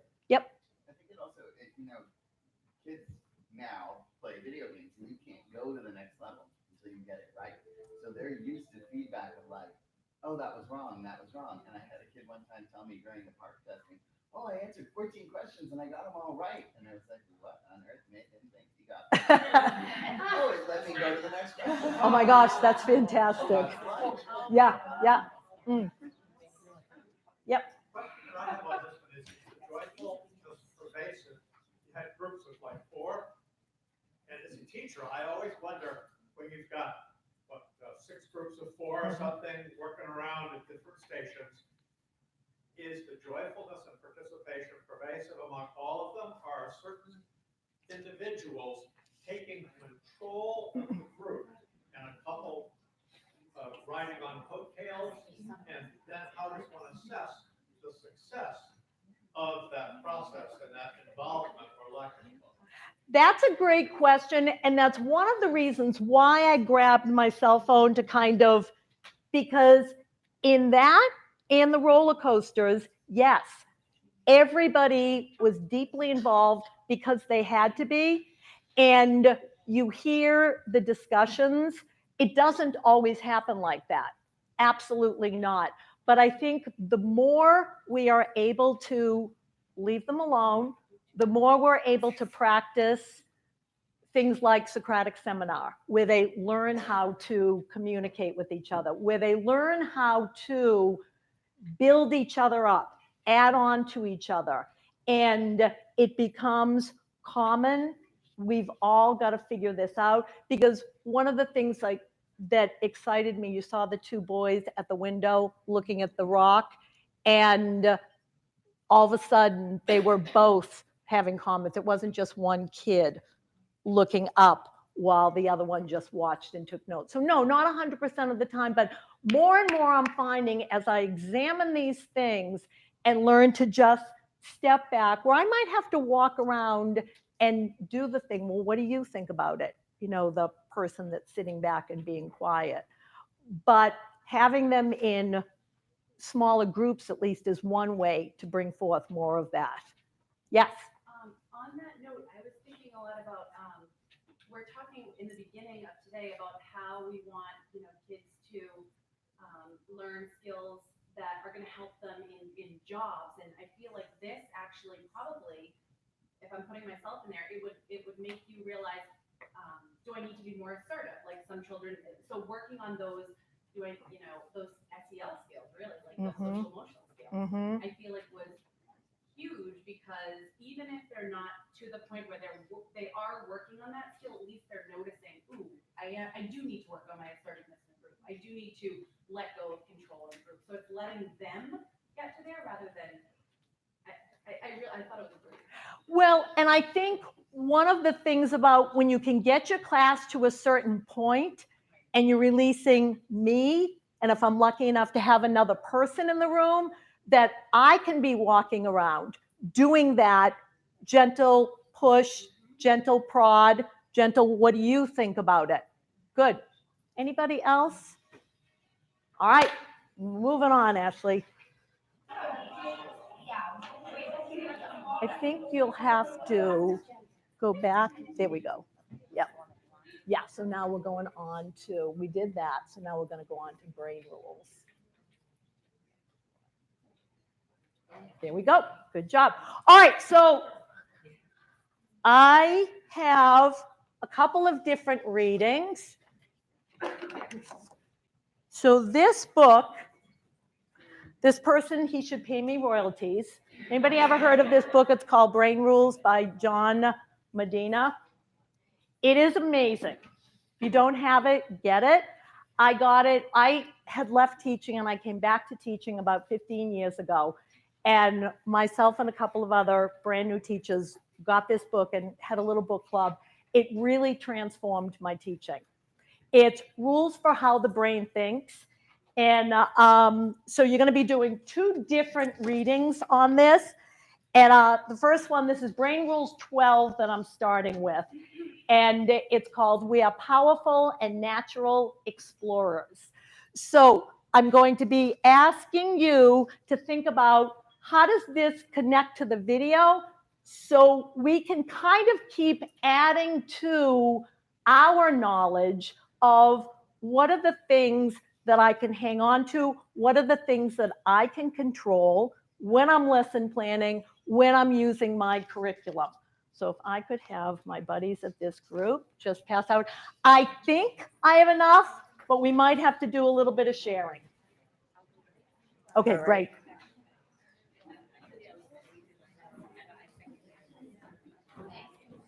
Oh, you have to make sure you get one too.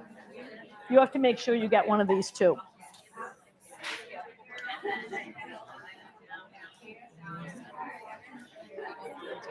Mine is over there on Eileen's table. And you're such a good assistant. You are such. Okay, so this one, I have to end at noon. So we start about 10:30, 11:30. Okay. Yep. How are we doing on numbers? That's so stupid about me.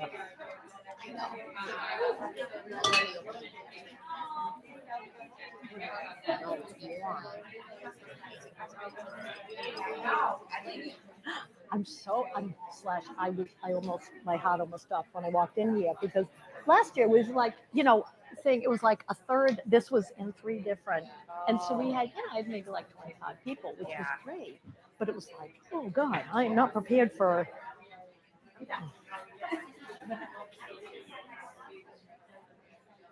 So, guys, will you raise your hand if you still need one? My little owls are running around. Did you guys get them? Okay.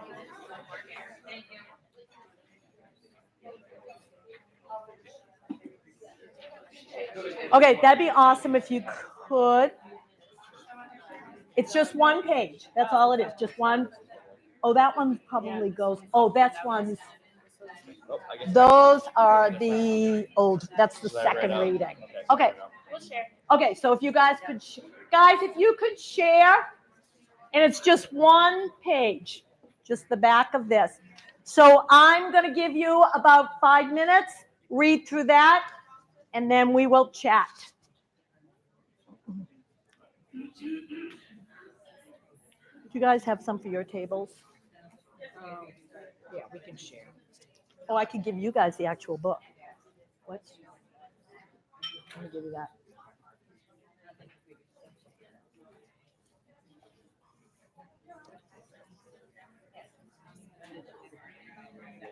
You guys are doing lesson 12 first.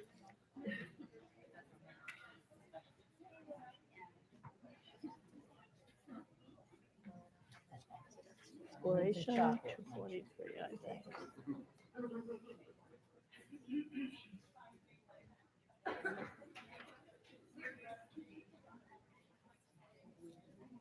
You'll also love this in terms of raising Wyatt. It's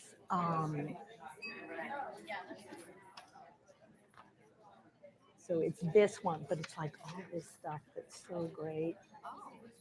What does this start with? I'm stuck. I feel like it's 254. Yeah, there we go. So it's just this, I think, down to the bottom.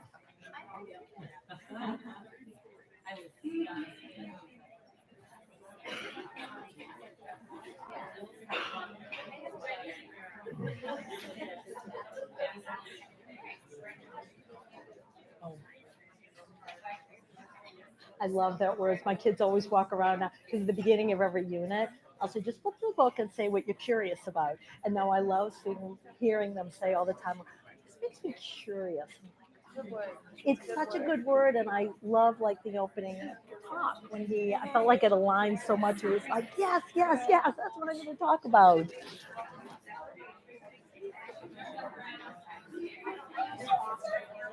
Oh, I used to use FOSS in Seattle. First grade, one of the first lessons in the program is how to do science.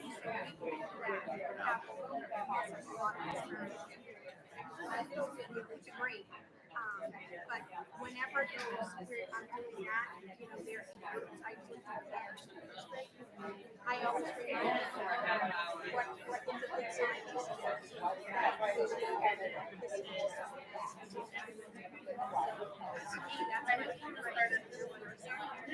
Yes.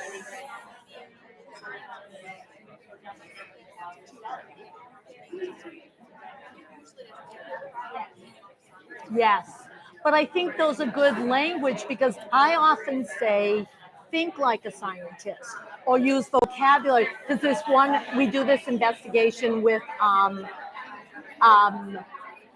tablets that fizz in the water. And we call them effervescent tablets. And whenever the kids, like during Socratic seminar, they'll say fizzy tablets. Hey, what's the scientific word?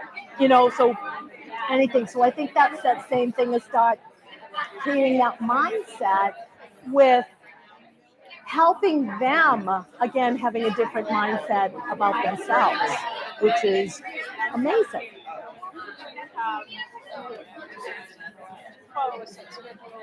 Yes, yes. So Adam is a very set structure. So we first do the reading, And then because my kids are all English learners, I do a graphic organizer that goes along with the reading. So day one, we do the reading. Day two, we do the second read, and they answer the questions with their groups.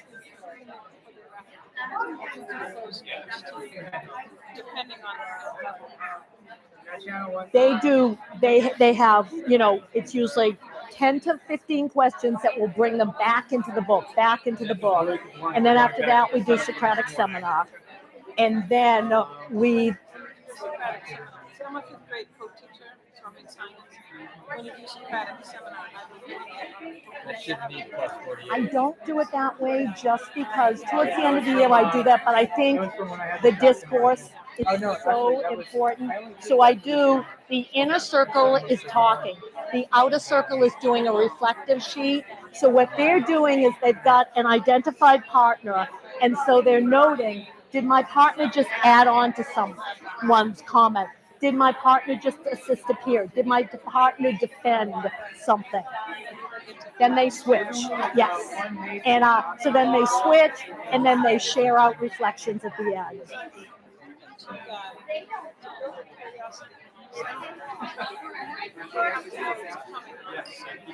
Exactly. Those are good. Will you bring that up? Because again, I think that's such an important thing, because on my board every week I have, here's what's happening Monday, Tuesday, Wednesday, Thursday, Friday, so that Holy Grail is there, and also keep that sense of urgency that knows, oh, I better get this graphic organized. I need to be ready for seminar. All right, everyone, come on back in 4 and 3 and 2 and 1. So what are we thinking about that? How does that relate to the video? Your brain, we are powerful and natural explorers. What do we think about what we read, and how can we connect that to what we teach? Well, it said that, it's a straight up reward system and that it brings them joy naturally. So when they were doing the tests and finding answers, they were feeling joy just from doing that themselves. Yeah. And isn't that a wonderful thing? That's why I love this book. It validates those things that we sort of know, but then that's true. That is literally how the brain is working. Who else? Mm-hmm. I find curiosity is always persistent. We're naturally wired for curiosity. If you go back to hunter-gatherer times and a child asked a question, they would probably get a very specific answer from their parent or an adult. There was no exploration. The way you kill a caribou is this way. Follow the rule. And don't ask me anything about it. Just right. Yep. What you do, I'm going to give you the answer. Teaching for a long time, I think, was that way. And so somewhere I've read, and don't ask me the details, by 4th grade, children are beginning to be less curious. They are asking fewer questions, even though Einstein said the most important thing is to ask questions. Children are less and less curious because there is no exploration. There's simply answers. Yep. And so to me, it's taking the curiosity and developing in some way a sense of self-efficacy, of agency. We have a slide in my classroom that says, I don't know, yet, but I think that I can find out if I use my strategies, my skills, Good. in other words, do research, that they are able to work some of their own. And then they get a little dopamine hit, feel good neurochemicals. And now it appears that even when you have a question, a curious question, you say, I think I can get the answer. You got a little bit of dopamine. If you are able to get the answer, some from adults, some from your own work, you get another hit of dopamine. And it's a natural feeling. Right, and it goes back to that, somebody brought that up earlier, that mystery. Oh, I got to solve that mystery. I am driven to solve that mystery. And I think going back to what this table talked about earlier is if we could just stop sucking the joy out of the classroom and, back off for a minute. So yeah, absolutely. Anybody else? All right, we're going to go into our second. I love this title so much. This is rule number 6. It should be rule number 1. We don't pay attention to boring things. Enough said. So this is a little bit of a longer reading. It's a few pages. And what I want you to think about this, he gives a great example. This is such a good example.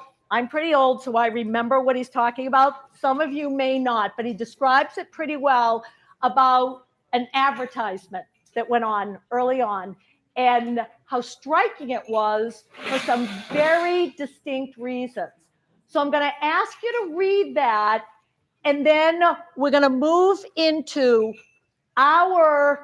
you're going to be taking some actual science investigations and trying to, how can we infuse some of the joy, the interest? So I'm going to have my helpers again pass out. And again, you might have to do a little bit of sharing on this. This is about 1.5 pages.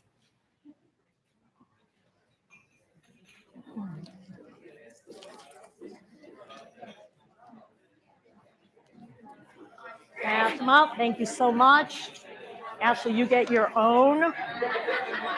Yep. Thank you so much for doing this. This would have been so hard to run back and, yeah. Because again, it didn't matter in the tiny rooms, but in this, it was like, oh my God, I can't do this.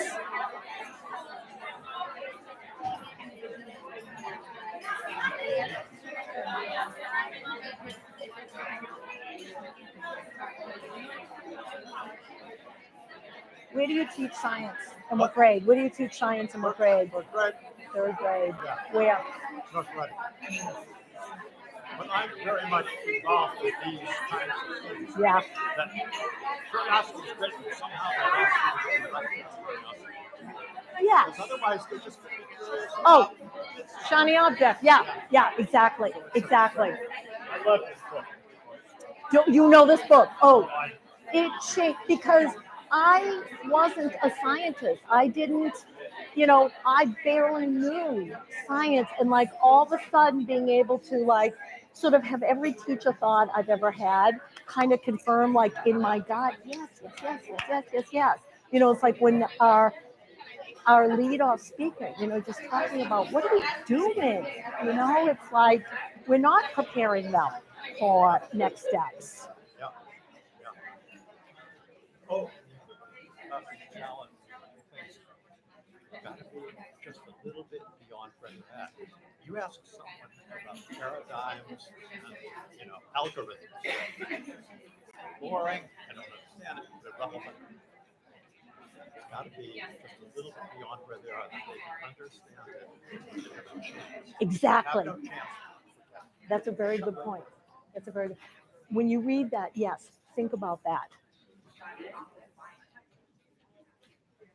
Thank you for sharing. I'm going to give you about 8 minutes, and then we'll talk about that before you get your chance to show.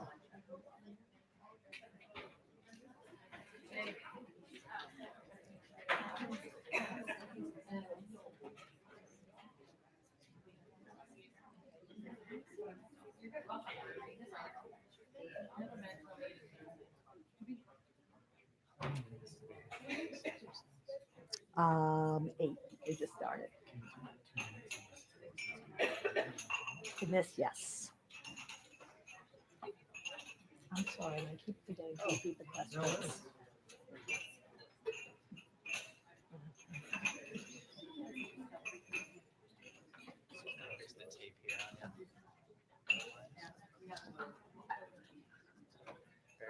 Yes.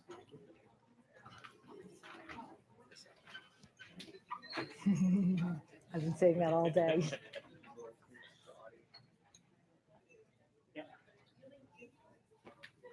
So I'm going to ask you a couple questions. Okay, good. Can you just start by telling us your name, what you teach, and where you teach?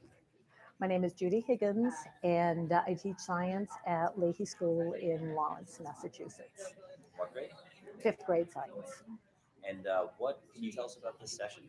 So this session is called Bringing Joy to the Classroom, and it stemmed from someone from the district had asked if they could come and make a video of a science class doing something cool.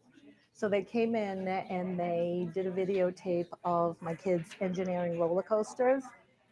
And it was amazing to me to watch the video, to step outside of my classroom and watch the video, because it gave me goosebumps. The kids were so excited. They were so engaged. They were so smart.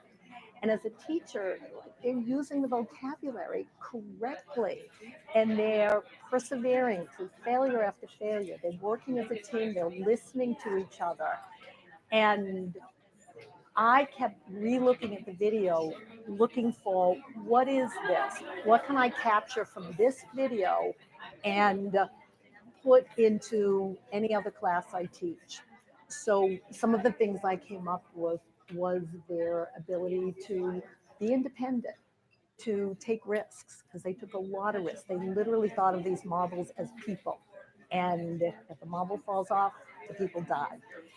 And I heard connections to their lives. It's a great moment where one of the girls said, I go on roller coasters and I had no idea there were so many forces involved. And that's incredible, hearing 10 and 11-year-old kids relate scientific concepts to their lives. So when I was asked to present, this was the first thing I thought about. And then, so I thought, how can I sort of capture, what can we bring out of this? What can we do with any science lesson? So what they're doing now, they're reading a couple of excerpts from one of my favorite books called Brain Rules by John Medina. And he talks about how the brain actually works. So the first reading they did was, we are natural explorers. So letting kids be, letting them explore. And what they're reading right now is that we don't pay attention to boring things. So it's some examples that they talked about of how do you generate the excitement, and then you can back up and teach the details later, but you've got to capture their information. It's like when the kids know we're building roller coasters.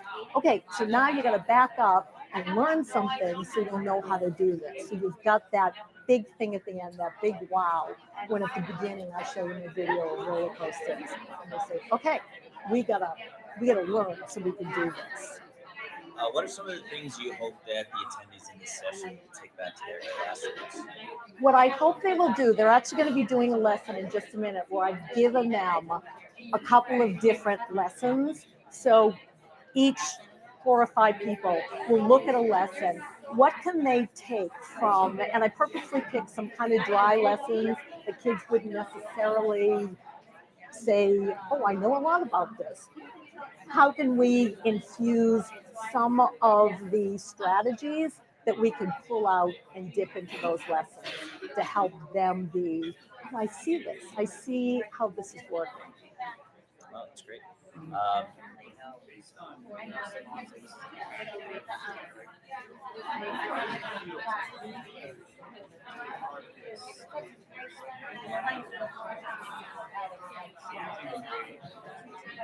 It's incredible. It is absolutely. Oh, I'm sorry. It's amazing. It is the most amazing thing. I love this curriculum. And I taught in Seattle, I taught science, and I had a different curriculum, and it was not engaging. And to look at the school where I teach, very high poverty, tremendous amount of behavior issues. Most kids, English is not their first language. We have kids who come directly from other places, so they have zero English. And to look at the excitement and to think about these kids, they feel good. They feel successful. They feel like, I can do this. So this is amazing to me. Really, really amazing. What would you say to a teacher that's that hasn't come to teach yet, but is considering coming to teach? I would say how it's hard. It's hard, but I will honestly say that you can make a difference. And if you make a difference with one kid, that will, the ripples will spread out. You will be able to make a difference.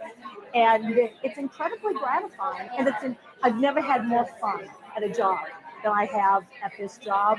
So that's what brings me back every day. It is a lot of fun to see kids that are so unengaged, have a lot of problems, and to see them looking the way they look when they're engineering roller coasters and the joy they feel when they're successful is really amazing. If you could describe the Teach Conference in one word, what word? Inspiring. And do we have your permission to use this video? No ad. Yes, we do. Are we good? That was great. All right, thank you.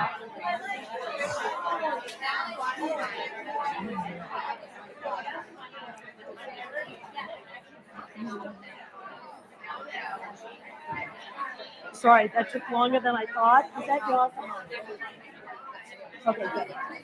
I don't care. As they're like videotaping me, I'm like, I can't talk anymore. All righty, come on back. And 4, and 3, and 2, and 1. So much more responsive than my classrooms. So what do we think about this second reading? What can we take away from this second reading? How can we think about what can we put into our lessons? What can we do? What can we back away from doing with this last video? So what I'm going to have you do, just to give you a minute, turn and talk in your table group, and then choose somebody who will sort of speak out for what did we get from this in a nutshell. So I'm actually just going to give you a minute because I want to have time for us to do the last activity. So 1 minute, go. The next slide is, yes. So that's going to be our next task. And okay, we're correct. So we're in good shape. So we'll have a discussion now, and it's 11:30. So we'll have a quick discussion. They'll have time to work on the task. And then,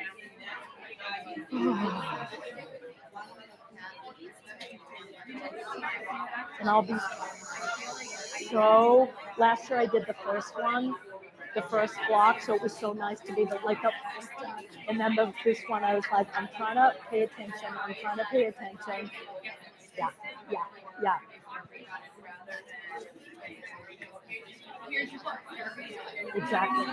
Exactly. Okay, are you learning something?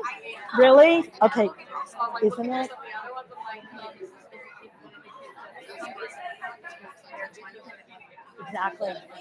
Exactly. Well, and this book is fairly old. I mean, this was 15 years ago that I got it.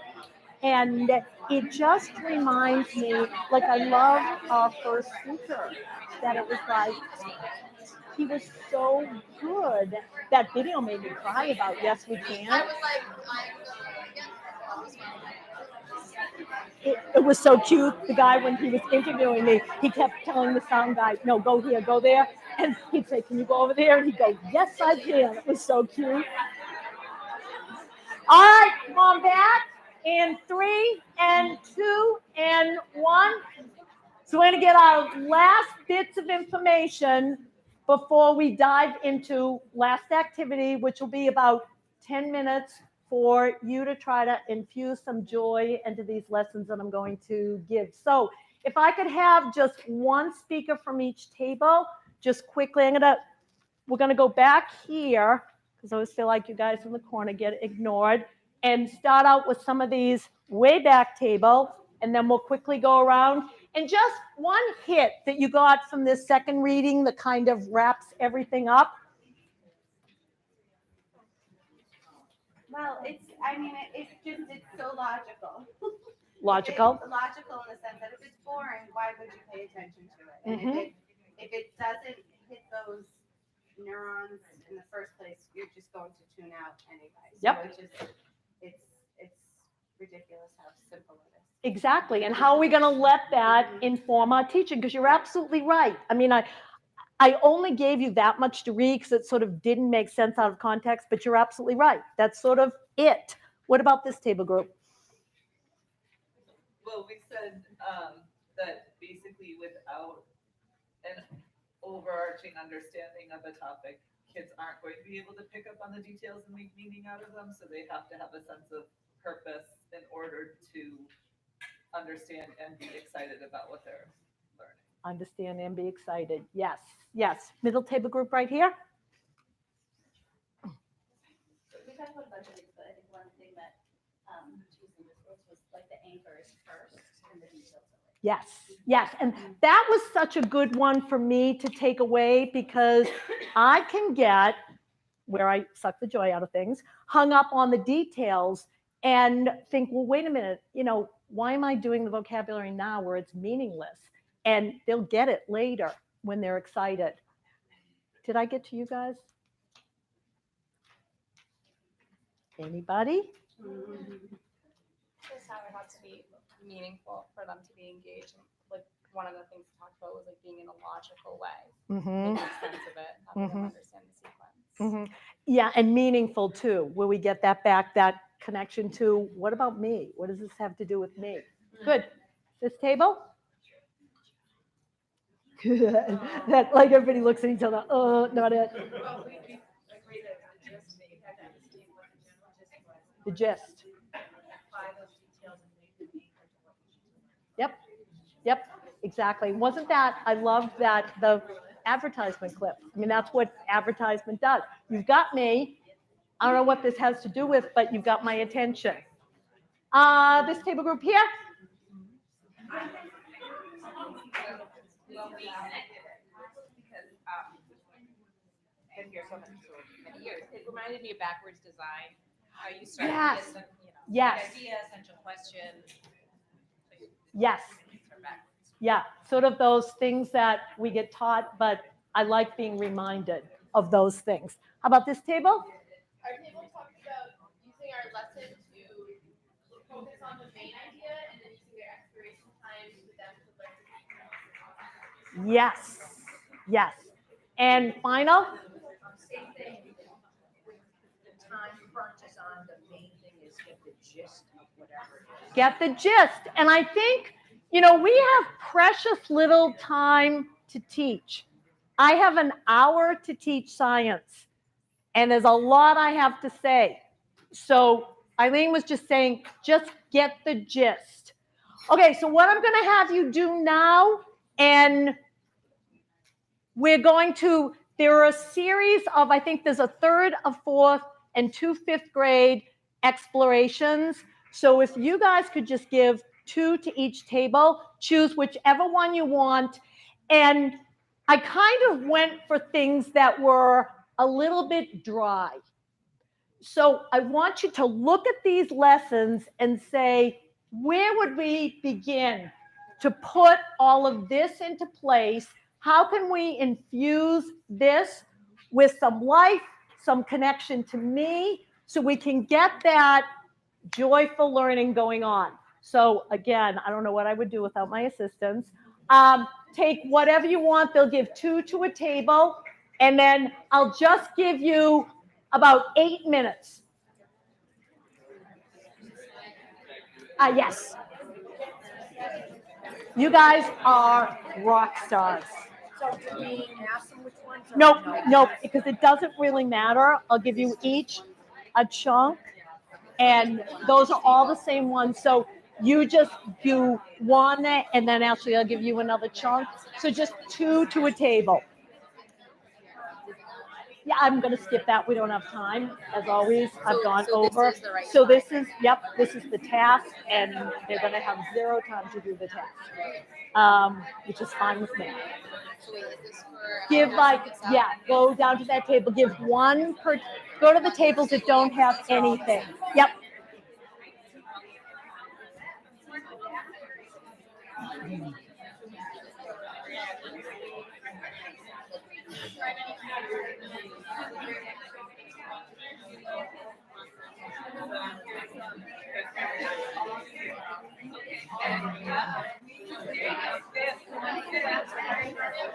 Yes, that's a great idea. Absolutely.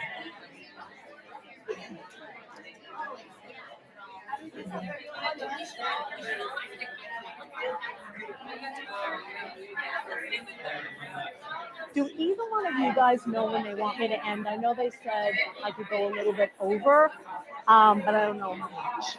Because I can end anytime between now and 5 Okay. 11:45 was the time, so she told me 5-10 minutes. Is that okay? Okay. Well, essentially they're going to get, the natives will get rested. They're going to get tired of me and want to come out for lunch. I know, but they're like kids. They're going to be done pretty soon. I know that. I know. Okay, all right.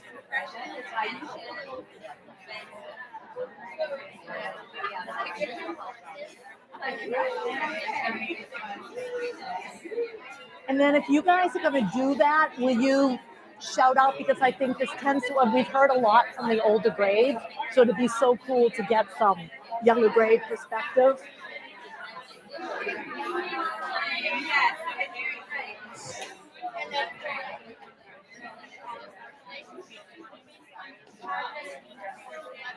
So you guys, we're only going to have about like 3 minutes to do this. So whatever you have, you remember that one, Eileen. Just talk about that one.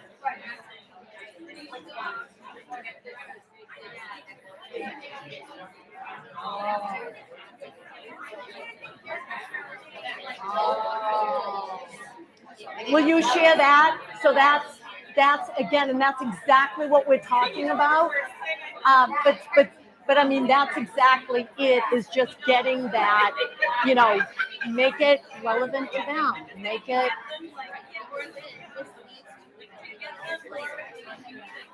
Which is so.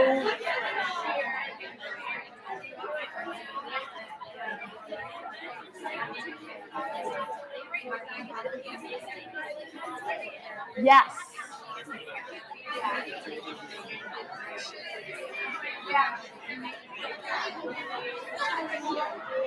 Yes.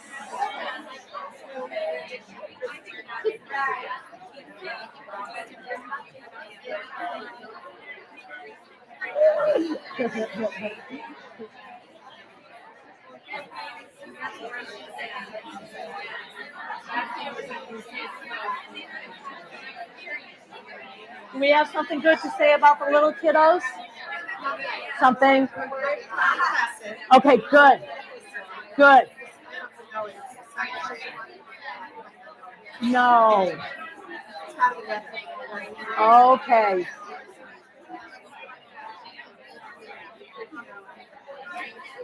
Okay.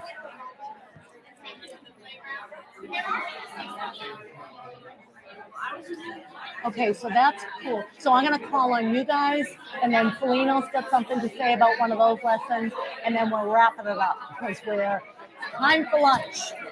Time for lunch. Thank you. All right, so I have 2 tables I'm going to focus on. We'll do our quick hits, and then we're done. And keep this, because I'm sick of it right now, because I've read it so much. I just bought myself a new copy, so keep it as long as, but I think you'll have a blast thinking about Wyatt. That is so much fun. Oh yeah, that was yours. That's, yeah, amazing.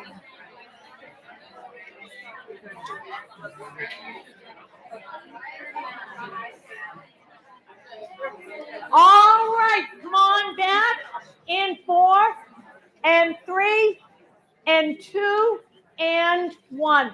So what we are going to do now, since lunch is the next step, and we're just about done, I've asked 2 different people to share out a lesson and their thoughts about ways that we could infuse a little connection and therefore joy into the lesson. And then if there's anybody else that is wanting to share out, we'll go for it.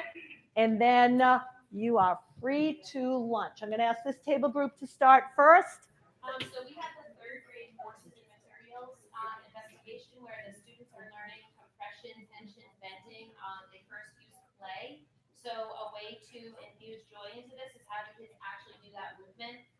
So learning about compression, learning about tension, a rubber band or a piece of string, bending, just actually bending, shear, ripping a piece of paper, super highly engaging for kids, and then twisting and torsion. And especially with this lesson, the investigation with the clay leads them to building a 5-story skyscraper. So super important that they understand those vocabulary words and the interaction.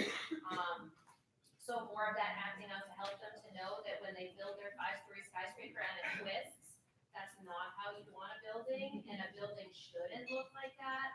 And I was explaining to the group in my closet where the bookshelf is too heavy and the wood comes down, and they like to stick their papers and gloves and hats in that little space. Then we had to put a support there because it was too heavy. So lots of just small things to help make that lesson more engaging with the actions of courses. And those are, again, perfect examples of where we're going with this.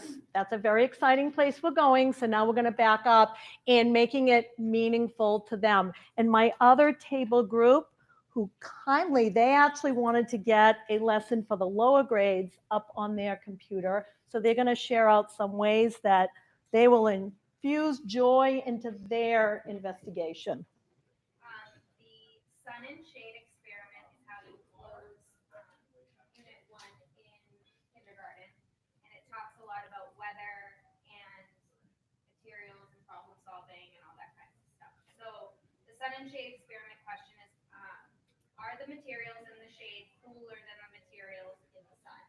And we just talked a lot about the control piece of everything, especially at the lower grades when you're talking about all the materials you get. No, Adam gives you great materials. They give you the lamps, they give you the bins, the tin foil, the soil, the sand, everything that you need.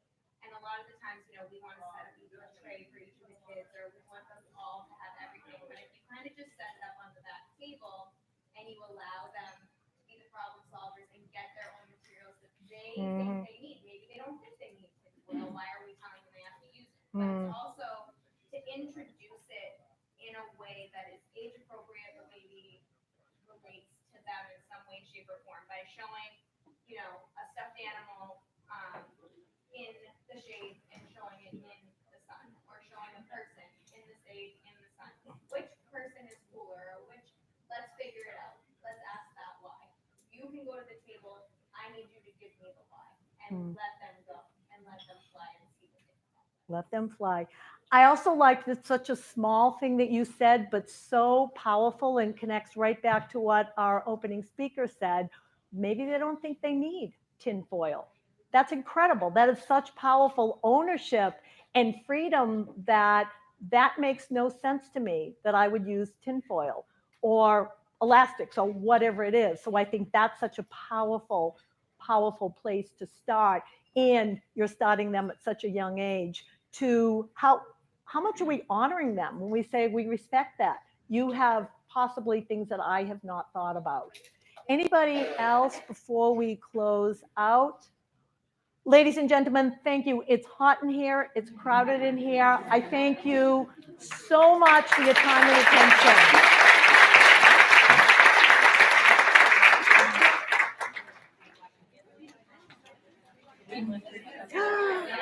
I'm done. Yay!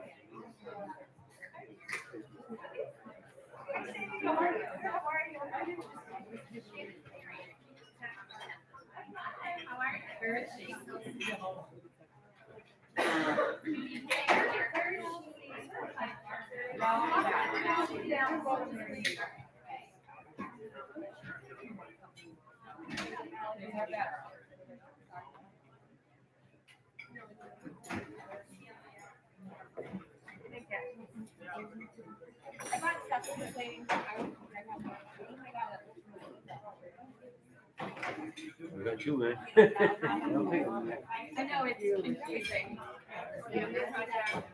Yeah,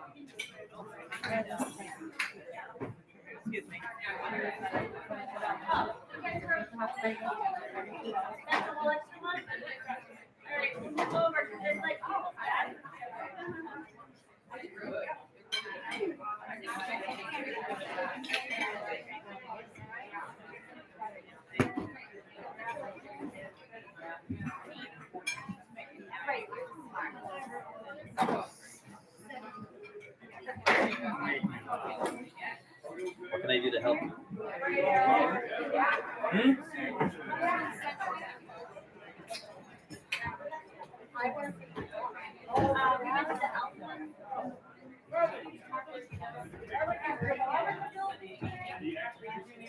Oh, yeah. Oh, I showed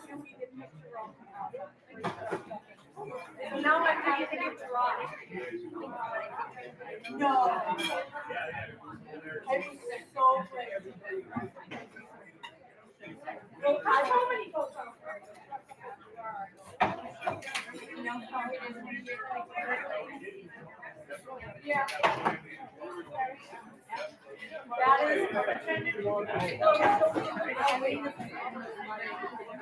You need another L?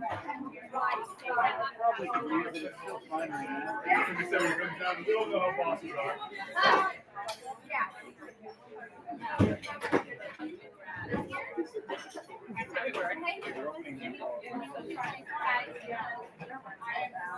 Once that opens, do we want to adjust everything?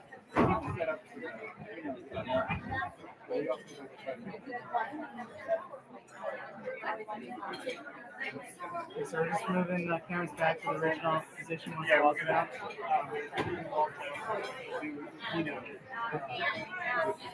The same setup as this morning.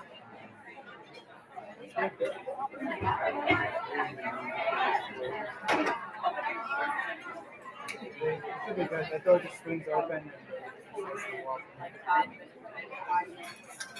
Two more, then we get into the keynote mode. So we can have some lunch. You guys need any help? Some up and guys in the next section.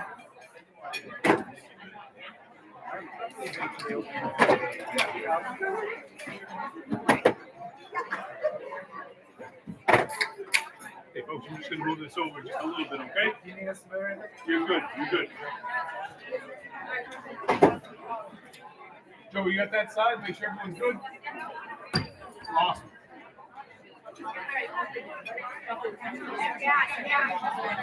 I know, I can't get rid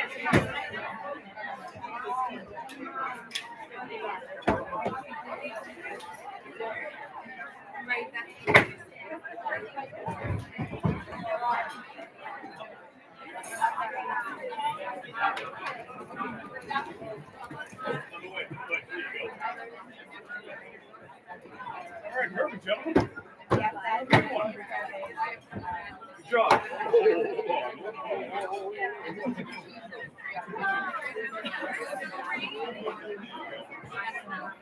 All right, remember, make sure you can rise your feet so you are right. Please, everyone else happy.